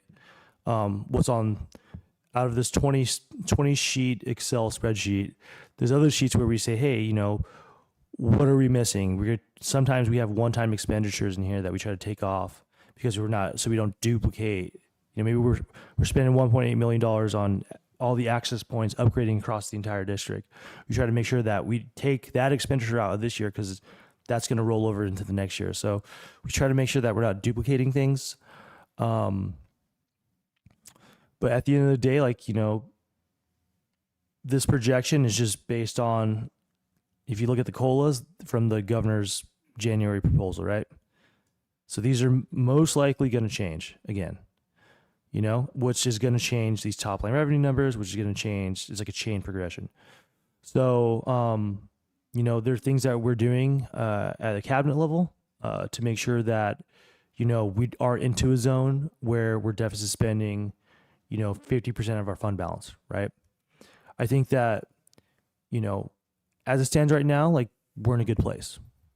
We've built solid foundation of fund balance, and we're ready to make any adjustments necessary to make sure that we have fiscal stability and continuity in our programs. Thank you. I have no questions at this time. Thank you. Thank you for the presentation. Encouraged that we have the positive certification for the next few years. I was curious about our interest income. Great that we've seen a significant increase in revenue as a result. Can you talk about how we make investment decisions? Is that Just something we do in the office? Do we work with other school districts, pool resources? Yeah, certainly. So the county treasury. So this also ties into I'm forgetting the accounting standard, but what they do is they buy short-term duration, either bonds or financial instruments, right? That are no longer than I think maybe three years. They're very short in duration. Which is why we have this other accounting standard where when we end the year, we make an adjustment to what is the value if they were to sell them before maturity, right? This is largely in part to the great financial recession in 2007, 2008, 2009, where the county treasury was invested. I think it was in Fannie Mae or Bear Stearns, major investment institution, of which they went bankrupt, and school districts in this county actually lost money because that money was from the county treasury was tied up in those investments. So we as a school district have I don't determine that. There's people at the county the county treasury who determine that. Yeah, is that you're just asking about the investments? So, anyways, aside from that, there's the federal funds rate, right, which is set by the Fed, which is the risk-free return rate, and so they apply that rate to the cash that's sitting in the county treasury. There's a difference between cash flow and budget, right? So, cash flow. Imagine your bank account, your checking account, right? You have $10 in your bank account, and then all of a sudden you got to pay Mr. Marquez Valente's lunch at In-N-Out for $20. So you go negative cash, and of which you have overdraw fees, and right. So there's fees attached to that. So every time you're looking at the SACS report, either SACS report, unaudited actuals, there's always a form in here that says cash, right? So we look at all the money that the state is giving to us month over month, and how much money are we spending in payroll every month, right? How much are we spending on benefits? How much are we paying on payroll taxes? How much are we paying in materials and supplies? How much are we paying in capital upgrades? How much are we paying in contracted services? How much are we paying? And so that draws down our cash balance. But then the next month, right, the state will pay our LCFF revenues to us. So there's always a cash balance in there. So as that cash balance sits in there, we get the federal funds rate. I think the rate that we're getting right now is just shy of 4%. The prior, I think 3 years was like 1%, right? So with that being said, we 4 times, from 1% to 4% is a what? 4 times, 400% increase. And so if our, normal interest income was $300,000 a year, now we're pushing to $1 million to $1.2 million a year. So that's what's driving the interest income. There are times, and I spoke about this with Mr. Ali, and other funds. We have Fund 13, which is, or actually, let's talk about, Fund 13 or Fund 1. Sometimes the state will say, hey, we have deferrals, which means we're not going to lower the amount of revenues that you're getting. We're just not going to pay them to you on time. We're going to pay them to you later, which impacts our cash flow. And so sometimes there's been years, I think in 21, 22, and 2021, where we've had to do a temporary interfund transfer from other funds that we have money to loan the cash flow or cash to Fund 1 in order to not go negative. Yeah, that's something you'll see around May or June, a resolution for that. But it's just cash sitting in the county treasury. Hope I answered your question. Okay. I still have a couple, even though we met earlier. So I just want to, first, before I ask a question, just mention to my fellow board members that we do get the report, the district certification of the interim report. And the chart has there's a chart with criteria and standards that are reviewed before we do the certification. So I had a couple things to bring up. The first one is that it says that if there's any criteria and standards that are not met, or things that are mentioned in the fiscal indicators that have a yes, that these are areas that are of potential concern and that we should carefully review these things.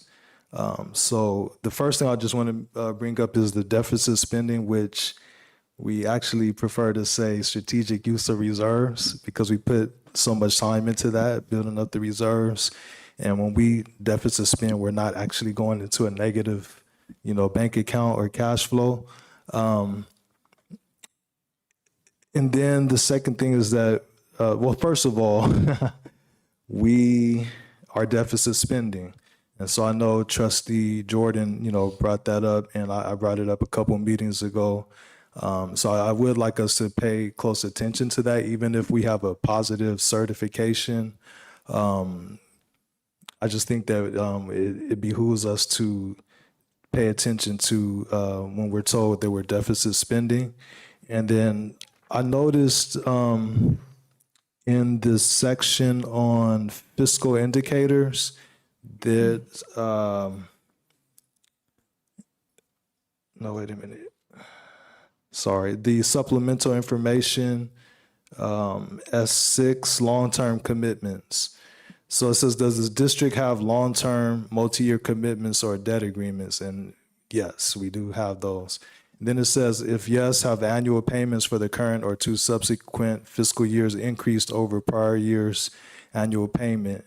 And it says no. And then it says, if yes, will funding sources used to pay long-term commitments decrease or expire, or are they from one-time sources? No. So I was just wondering, how are we paying for these long-term multi-year commitments that are increasing? That's a great question. So if you guys can recall in 2022, there was a resolution for a measure called Measure J, right? So our long-term commitments that we list on here are the bonds that you guys authorize. Of course, we have Series A, I think it was for 22 million, Series B for 12.5 million. So what happens is the tax assessor in the county, they do their rolls, and what they do is they utilize the property taxes to pay off the bonds that were issued, right? Some of the investors in our bonds could be like BlackRock, Fidelity, Charles Schwab, Chase Bank, right? Sometimes smaller investors. And so what happens is they, at different durations from 1 year to 30 years, right? They utilize some of that money to pay off our long-term commitments, which are the bonds. And so that's what you're looking at. As they're going down, since we're paying off some of our prior measures, they can go up if we continue to add those, add more bonds, but that's our long-term commitments. Thank you. And then just one more comment to everyone, and especially my fellow board colleagues. In fiscal indicators, what it's saying that we need to pay close attention to is declining enrollment. Is enrollment decreasing in both the prior and current fiscal years, which is yes. And all the way at the bottom, change of CBO or superintendent. Have there been personal changes in the superintendent or chief business official positions within the last 12 months? So those are marked yes, so that means we need to pay attention to that. Yeah. So I don't have any other questions, but I do want to congratulate and commend you and the district for having a positive certification. But I just want us to be diligent with our monitoring of the budget and to know that we have input into this and what Mr. Laurel comes and presents to us. And if we don't like it, we can discuss it and ask for something different. Yeah, the good thing about this financial report is that it's standard across every school district, public school district, and charter school in the state of California. So for the members of the public, for members of the audience, for members of the board, if you go into the criteria and standards, for areas that we quote unquote don't meet, there's always a box for us that we explain what the change is, right? So what this tool is, the criteria and the standards, it's a benchmarking assessment tool based on our first interim figures and our second interim figures. So for instance, our local revenue went up, I think it was like 28%, right? From first interim to second interim. If you read the footnotes, it states in there the driver of that is increase to our interest income. So some of the things I talk about in the presentation at a very high level are actually, they're all explained within here. So members of the public, governing board, for those things that you feel, you need extra attention to, if you take a look at the criteria and standards, there are sections where we explain what are the variances and what are causing these changes to the benchmarks, right? We think in the business department, we don't stop thinking about the budget. We don't stop thinking about the state budget, the federal economy. And so, rest assured that we're working diligently to make sure that we're not putting ourselves in a compromising situation that would be detrimental to not only our students, but our community and our employees. So I think of myself like a fiduciary, like an attorney, like, somebody who's has to do the right thing always on the behalf of the district. So we take that very seriously here. Thank you. Thank you. So do we have a motion to approve all aspects of this? We just reviewed the second interim of approving the following of the positive certification and the revision to the working budget to correspond. So moved. Second. We have a first and a second. All those in favor say aye. Aye. Item 9A, certificated retirements. The administration recommends approval of the retirement request from the following and also requests an appropriate resolution be prepared commending them for their years of service with the district. Patricia B. Hazelhofer, kindergarten teacher, GW, effective 6/8/2024. Ms. Hazelhofer has been employed by the district since August 31st, 1995. And Jamal Maganam, 7th, 8th grade math teacher, Fernando Rivera, effective 6/8/2024. Mr. Maganam has been employed by the district since 8/22/2001. Before we make a motion, I just wanted to say something for, I don't know if Mr. Marcus Valenti, you were going to say anything first? No, go ahead. Okay. No, I just want to say, Mr. Moganum, he's been there for quite a long time. I mean, I've got to see him teach. I've had students who've come up to me after going there and just being like, they always remember Mr. Moganum. So I just wanted to commend him on a very full career and all the work he's done with our kids in the district, because he's done a lot of work with all the kids and everyone loves working with him. So congratulations, Mr. Moganum. Yeah, I think we're on the same page there. I mean, between Patty over at George Washington and Jamal, and then we have another person we're going to get to in a minute, our certificate or classified, just 3 people, 74 years of service. And it's incredible. We're very fortunate to have our dedicated staff that stick around, and in some cases, generations of staff from families and community members. So just wanted to thank them for their service and wish them the best of luck in this next part of their lives. And I just wanted, President Ali, really quickly, I echo those statements. When reading the retirement letters, I think Mr. Moganum, it said that he would continue to volunteer at our school sites, and that's just awesome. So even though he is leaving us, he is not. And so I just so grateful that he is continuing his service now unpaid with us. So congratulations on your retirement. Yes, I agree. I've seen Mr. Maganam at the school site, but also at a lot of our events and things. He's always been very supportive of us as board members. And, this is always bittersweet when we hear about these retirements, but I'm happy for them. So do we have a motion? So moved. Second. Second. Okay. All those in favor say aye. Aye.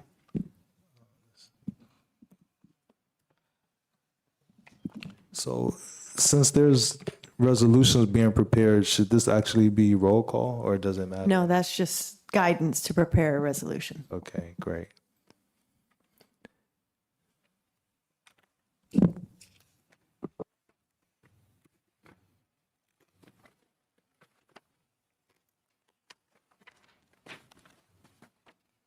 Okay. Item 9D, Declaration of Need for Fully Qualified Educators 2024 to 2025. The California Commission on Teacher Credentialing requires the governing board to vote annually to approve the attached declaration of need, certifying there may be an insufficient number of certificated persons. Yeah, so every year we have to prepare for folks that are at different stages of the credential process. Some are just entering programs, some are still in the middle of them. And so as part of that, we put out the declaration of need. So if we need folks that have to go on a limited term assignment, short-term staffing permits, we can move forward with them from a credentialing point of view.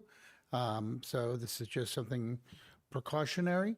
Hopefully, we have less folks that need these and they'll be fully credentialed, but it's an annual process that we do and all districts generally do. Do we have a motion?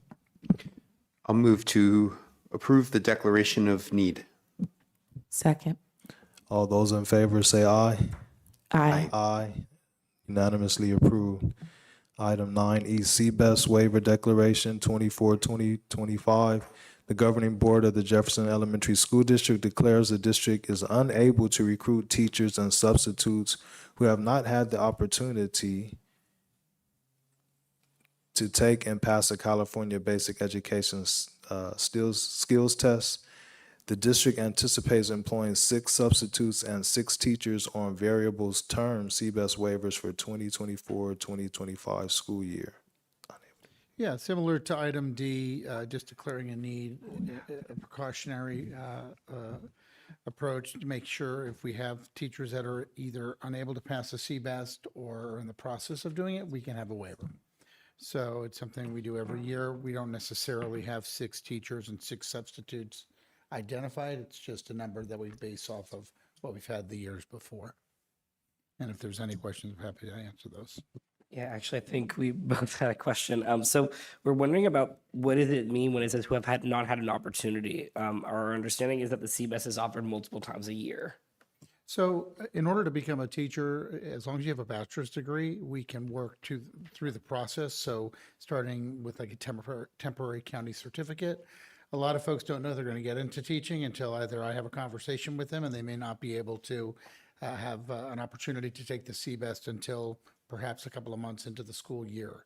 So that's kind of the situation. I mean, some people do have, obviously they come in it, they've got it, or they're fully credentialed. So, it is something that is offered multiple times a year, but for multiple reasons, folks may not have that opportunity, or they've taken it and have not been successful. Okay, thank you. And then I move to approve. Second. All those in favor say aye. Aye. Unanimously approved. Item 10A, classified personnel retirement.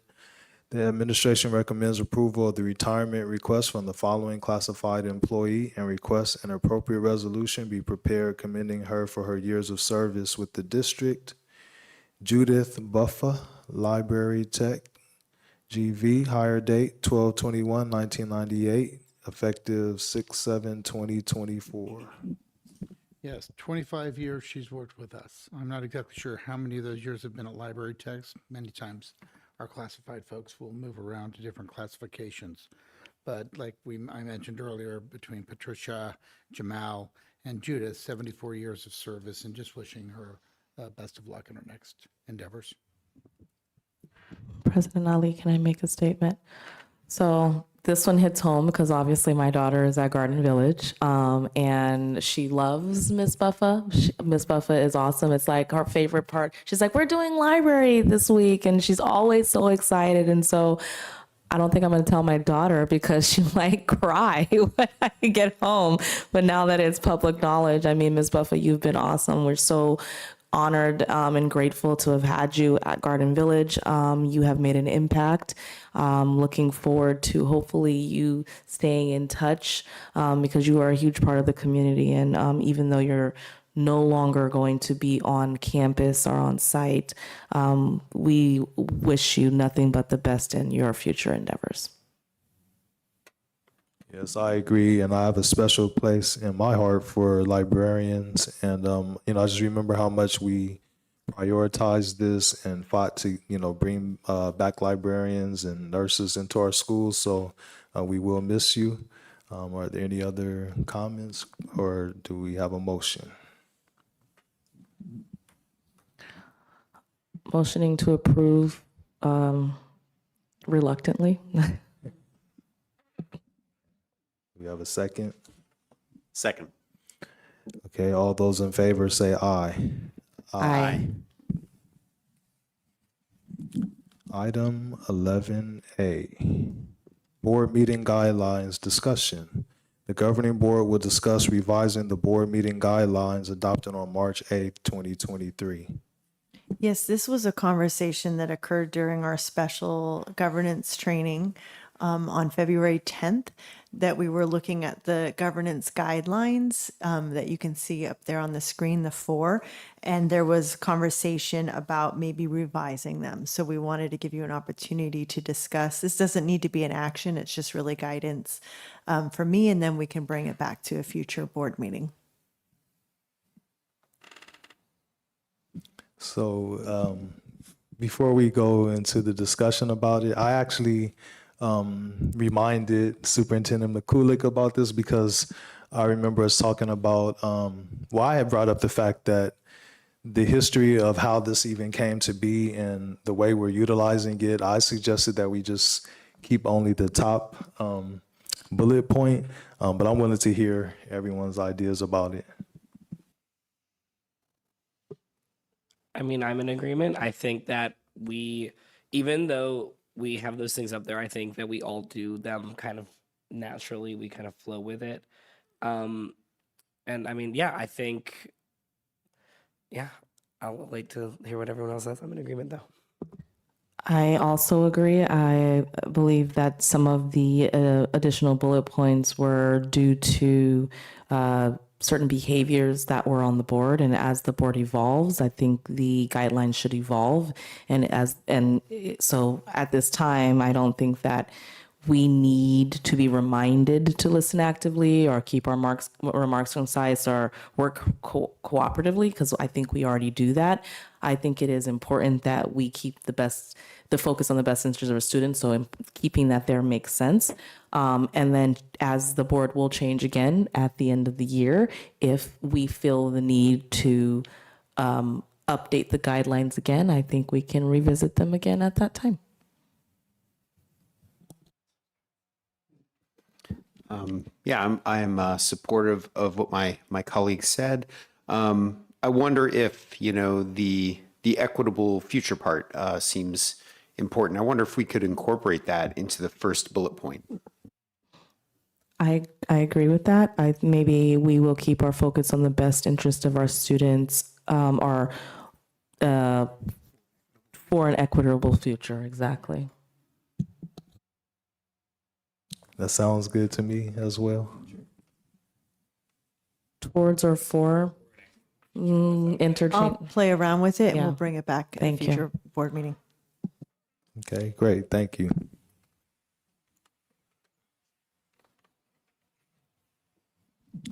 Okay, next is Board Policies, Administrative Regulations, Item 12A, December 2023 CSBA Board Policy Updates, first reading.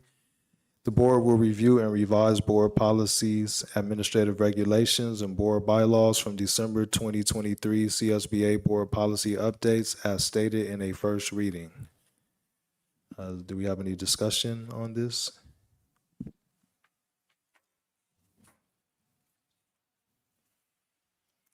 Okay, if there's no discussion, do we have a motion to approve the first reading? So moved. Second. All those in favor say aye. Aye. Unanimously approved. Item 12B, BB 9230 Orientation and BB 9240 Board Training Board Policy Review. The board will review the orientation and board training board policies. This is another discussion item that was brought up during the special governance meeting on February 10th, discussing some of the policies around board training and orientation. So I wanted the board to have an opportunity to review it. There was talk about maybe requiring some training, but I just want to point out in the board training, one statement in paragraph 3, it says all board members are encouraged to continuously participate in advanced training offered by CSBA. And then there's other opportunities in there as well. So the word encouraged, I know there was talk about maybe requiring.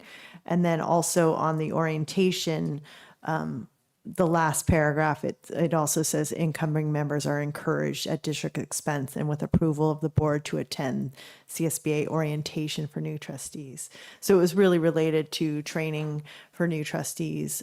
So I wanted to highlight that, point that out to see if there was any interest of the board to make changes, and then we can bring it back. Any comments or questions?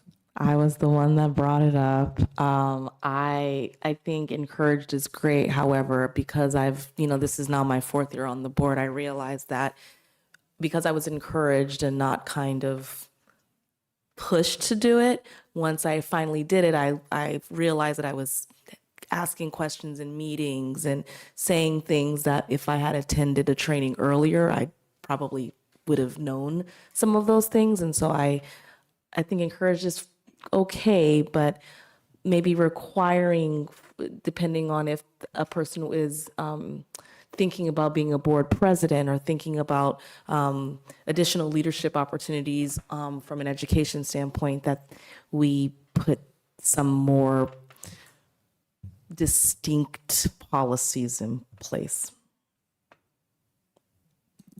I think I both agree and disagree. I mean, I definitely agree with the first, like, as a new board member, especially being an educator in multiple roles, it's still like having the orientation and going through the courses were definitely, again, like just like what you said, like I don't think I would have had as many questions or as much to say at board meetings had I not gone through the trainings that I had.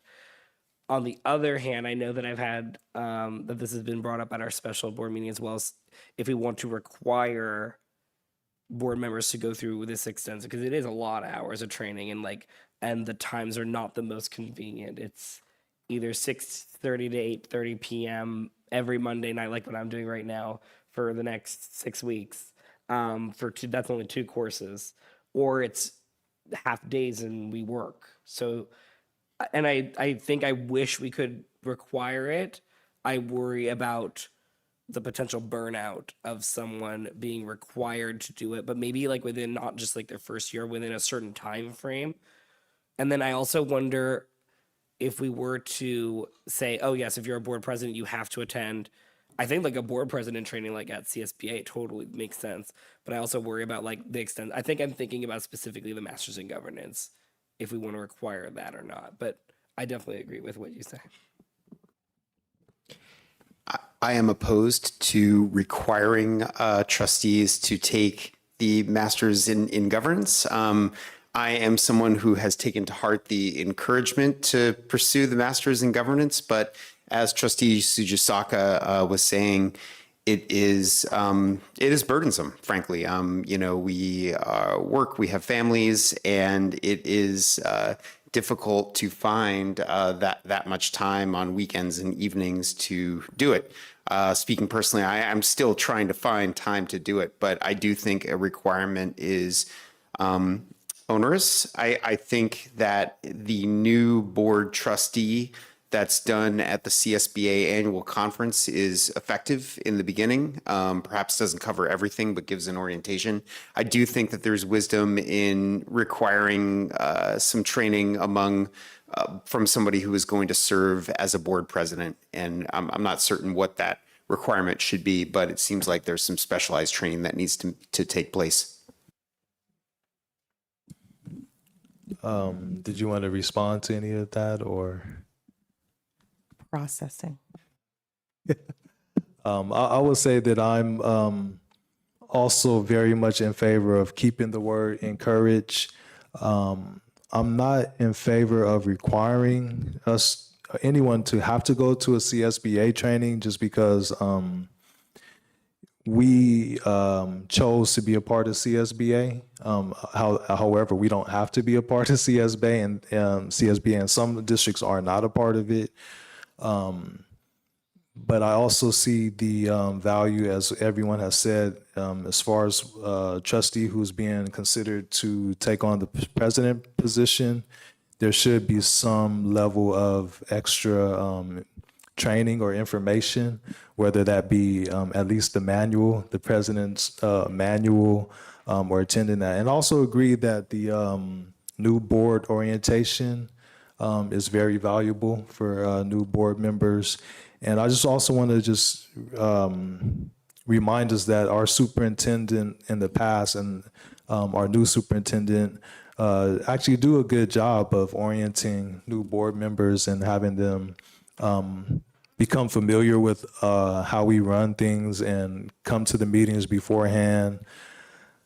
And I think the other thing is the veteran board members also can play a role in mentoring the new board members.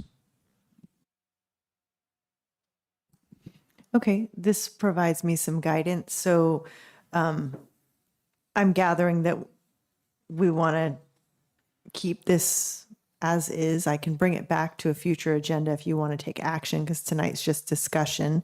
And then also we could maybe look at the role of the president to see if there's any language about requiring to take some CSBA course or program in order to be selected or nominated as president. So if we want to look at some of that language too, so I can bring that back because it sounds like that was consensus that president would have the need to take some sort of training, and then we can leave these as is unless I have direction that you want to bring this back and have another look at it. I agree that encouraged is fine. I don't agree that it remains as is, because the first paragraph focuses on only the superintendent or designee be designed to do the orientation. I think we should incorporate some language about maybe, I think we had talked at the training about like meeting with other board members, or maybe even incorporating like language around attending the new board member orientation, because I don't think that is stated in. It is at the bottom. It says they're encouraged. Oh, got it. Well, do we want to encourage the new orientation, or are we saying I don't know, is there a stronger word than encourage for the new? Because, okay, I guess my question is if a person comes in as a new trustee and they don't attend that training, then what? I'm actually in agreement on that's what I was saying. I'm in agreement with you on. I think new trustees, whether or not they're in education, it's beneficial. And I think that person would need some sort of basis of knowledge. Now, I think we could also provide a time frame, like at least within the first year, so they're not like, you have to go to CSBA, because I know that some people just can't afford to take this time off of work, and we're getting someone new. So I'm wondering about what the board thinks about like saying a requirement, but having some like flexibility about like when that is, but it like within the first year. Not for masters in governance, to be No. clear. Yeah. For the new board orientation. Yes. Yeah, I have an idea. My idea is that we could say something like, we encourage them to go to that orientation or to the CSBA AEC, the Annual Education Conference. Because I know a lot of us, when we got on the board in November, then next thing you know, we were at the CSBA Annual Conference as well. And that serves as definitely an orientation and team building for us as well. The orientation is actually the day before the conference, so it's the same conference. Okay. But it's not required for them to do go the day either before. of them. That's what I'm saying. So, So I'm if you, saying one or the other, either at least go to that first day or come to the, to the whole Well, conference. and I think that's why I think I worry about saying that. Like, I would love to agree with it, because I actually found, I think I think this board would have been really off if Aaron and I did not go to that first one and got to know everybody the way we did, because I think that's how we came together so cohesively as a board. But I also worry about, since it's not in San Francisco every year, if we get a board member who cannot do the travel or get to that location, I worry about what that burden, that could put that burden on a new board member requiring it to do. And then also, will that deter candidates because of that requirement? Because they will have to do that. So I do question, yeah. But I do like your idea of a time frame. So maybe it's within the first year of you being on the board, please take the trusts, meaning that they don't have to, because I think most of us take it like immediately right when we join the board. So if it's like, oh, well, I can't travel to San Diego or wherever it is to do that training before I have my first board meeting, can we get them to do it within the first 365 days? Requiring? I would support that. I like the language are expected to. There we go, expected. And then could an alternative be the first section of Masters of Governance? Because like if they can't make that or I know the options were either go to the one that we really would like them to go to would be the CSBA annual conference, the first day, which is the new board members training.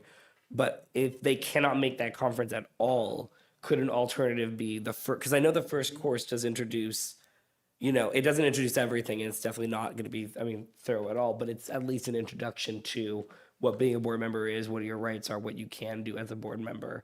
And I'm wondering, is that an alternative? Do we want to include another alternative so that they have choices? We could broaden the language to not say specifics, but that to attend an orientation with an organization that supports new board members. So it could be a variety. Yeah. Okay, so I'll wordsmith this and bring it back for a few, because today is just discussion to give me guidance, and then I'll bring it back. And then if I heard correctly, you wanted in the first paragraph of the orientation to add not just the superintendent, but other board members too. I think that's important just for board culture. And I honestly think, at least from my, having other colleagues who had gone through being brand new, it helped me. It's like I wasn't alone. So I just think, sometimes it can be a bit daunting for someone that has probably never been in education before, and hearing it from someone other than the superintendent is helpful. So I want to clarify, are we saying that that we will expect and encourage new board members to attend a training or workshop by a board-approved agency? So we're not saying necessarily CSBA at this point? Okay. So we want to say encouraged and expected to? Encouraged and expected, and to attend a training by a board-approved association or agency or something like that. Okay. And then do we want to say within the first year? And then, maybe within the first year. Would that extend to like the CSBA? So say it was in San Diego, and then Because I think it would be, year, because technically December. it's, what is it, December or November 20, whatever the last day of November is, I think is normally the orientation. And then the next day is like the regular CSBA. So I think it would, as long as they did it like either the first time or the second time. okay, Yeah. good. So I know that we got to go to the conference after we got in. This upcoming year, it's going to be December 3rd. Will new board members be onboarded by then to go? November is the election, so yeah. Okay. Oh, so then they will. Yeah. So they They're won't be able not to go to the second onboarded one. yet, They'll but they'll be able to go to the first one within the first year, but the second one will be past the first year, correct? So they'll only Well, have one depending chance on to the go if they time go. frame of the second one. Yeah. And I think it is December 2nd the next year. And I don't think Basically, we're going what- to look at we're not going to say, oh my God, it's 3 days over your time frame, right? I just think it's more behavioral guidance, if that makes any sense. So just to clarify, I'm going to clean up the language of the orientation. Do you also want me to bring back the president one for requiring to attend the training, or just leave that one as is? I think it was still highly encouraged and expected. For the president. For the president So find as that well. language somewhere. Yes. Okay. I think we are. I agree with that. Okay. Thank you for the guidance. Thank you. All right. Item 13, governance team member comments, reports, future agenda items, and board meeting reflection. And we'll start on the right. I think it was a great meeting. Thank you for the presentations tonight on the budget. Thank you for the principals for presenting highlights of the SIPSA, staying through the end of the meeting, and really encouraged by tonight's progress. Thank you. Thank you. It's from Trustee Rashba, but then also I admire how we really took the time to really have these discussions about about like especially our board policies and how we train each other and ourselves.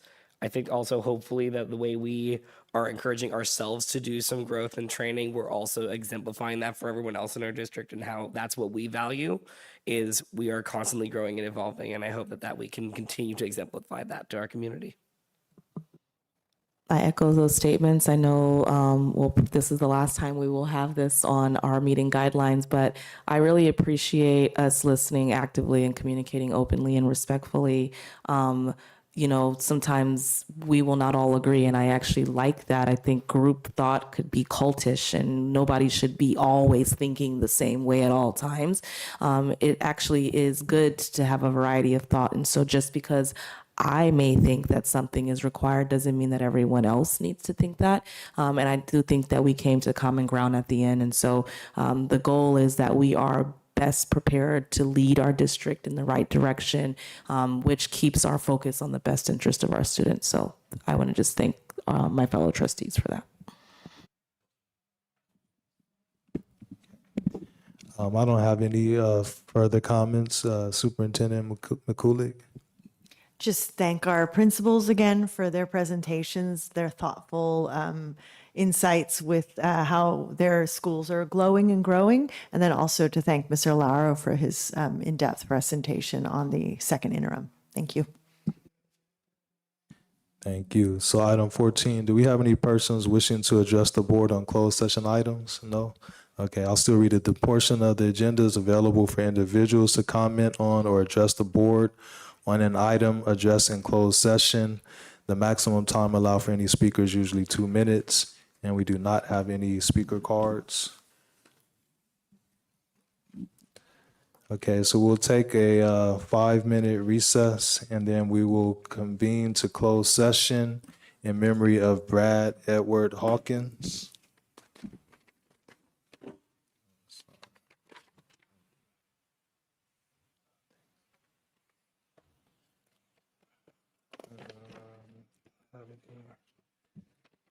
Okay, so we'll have a moment of silence for Brad Edward Hawkins, brother of Adam Hawkins, PE teacher at Thomas R. Policita Middle School and co-president of AFT 3267.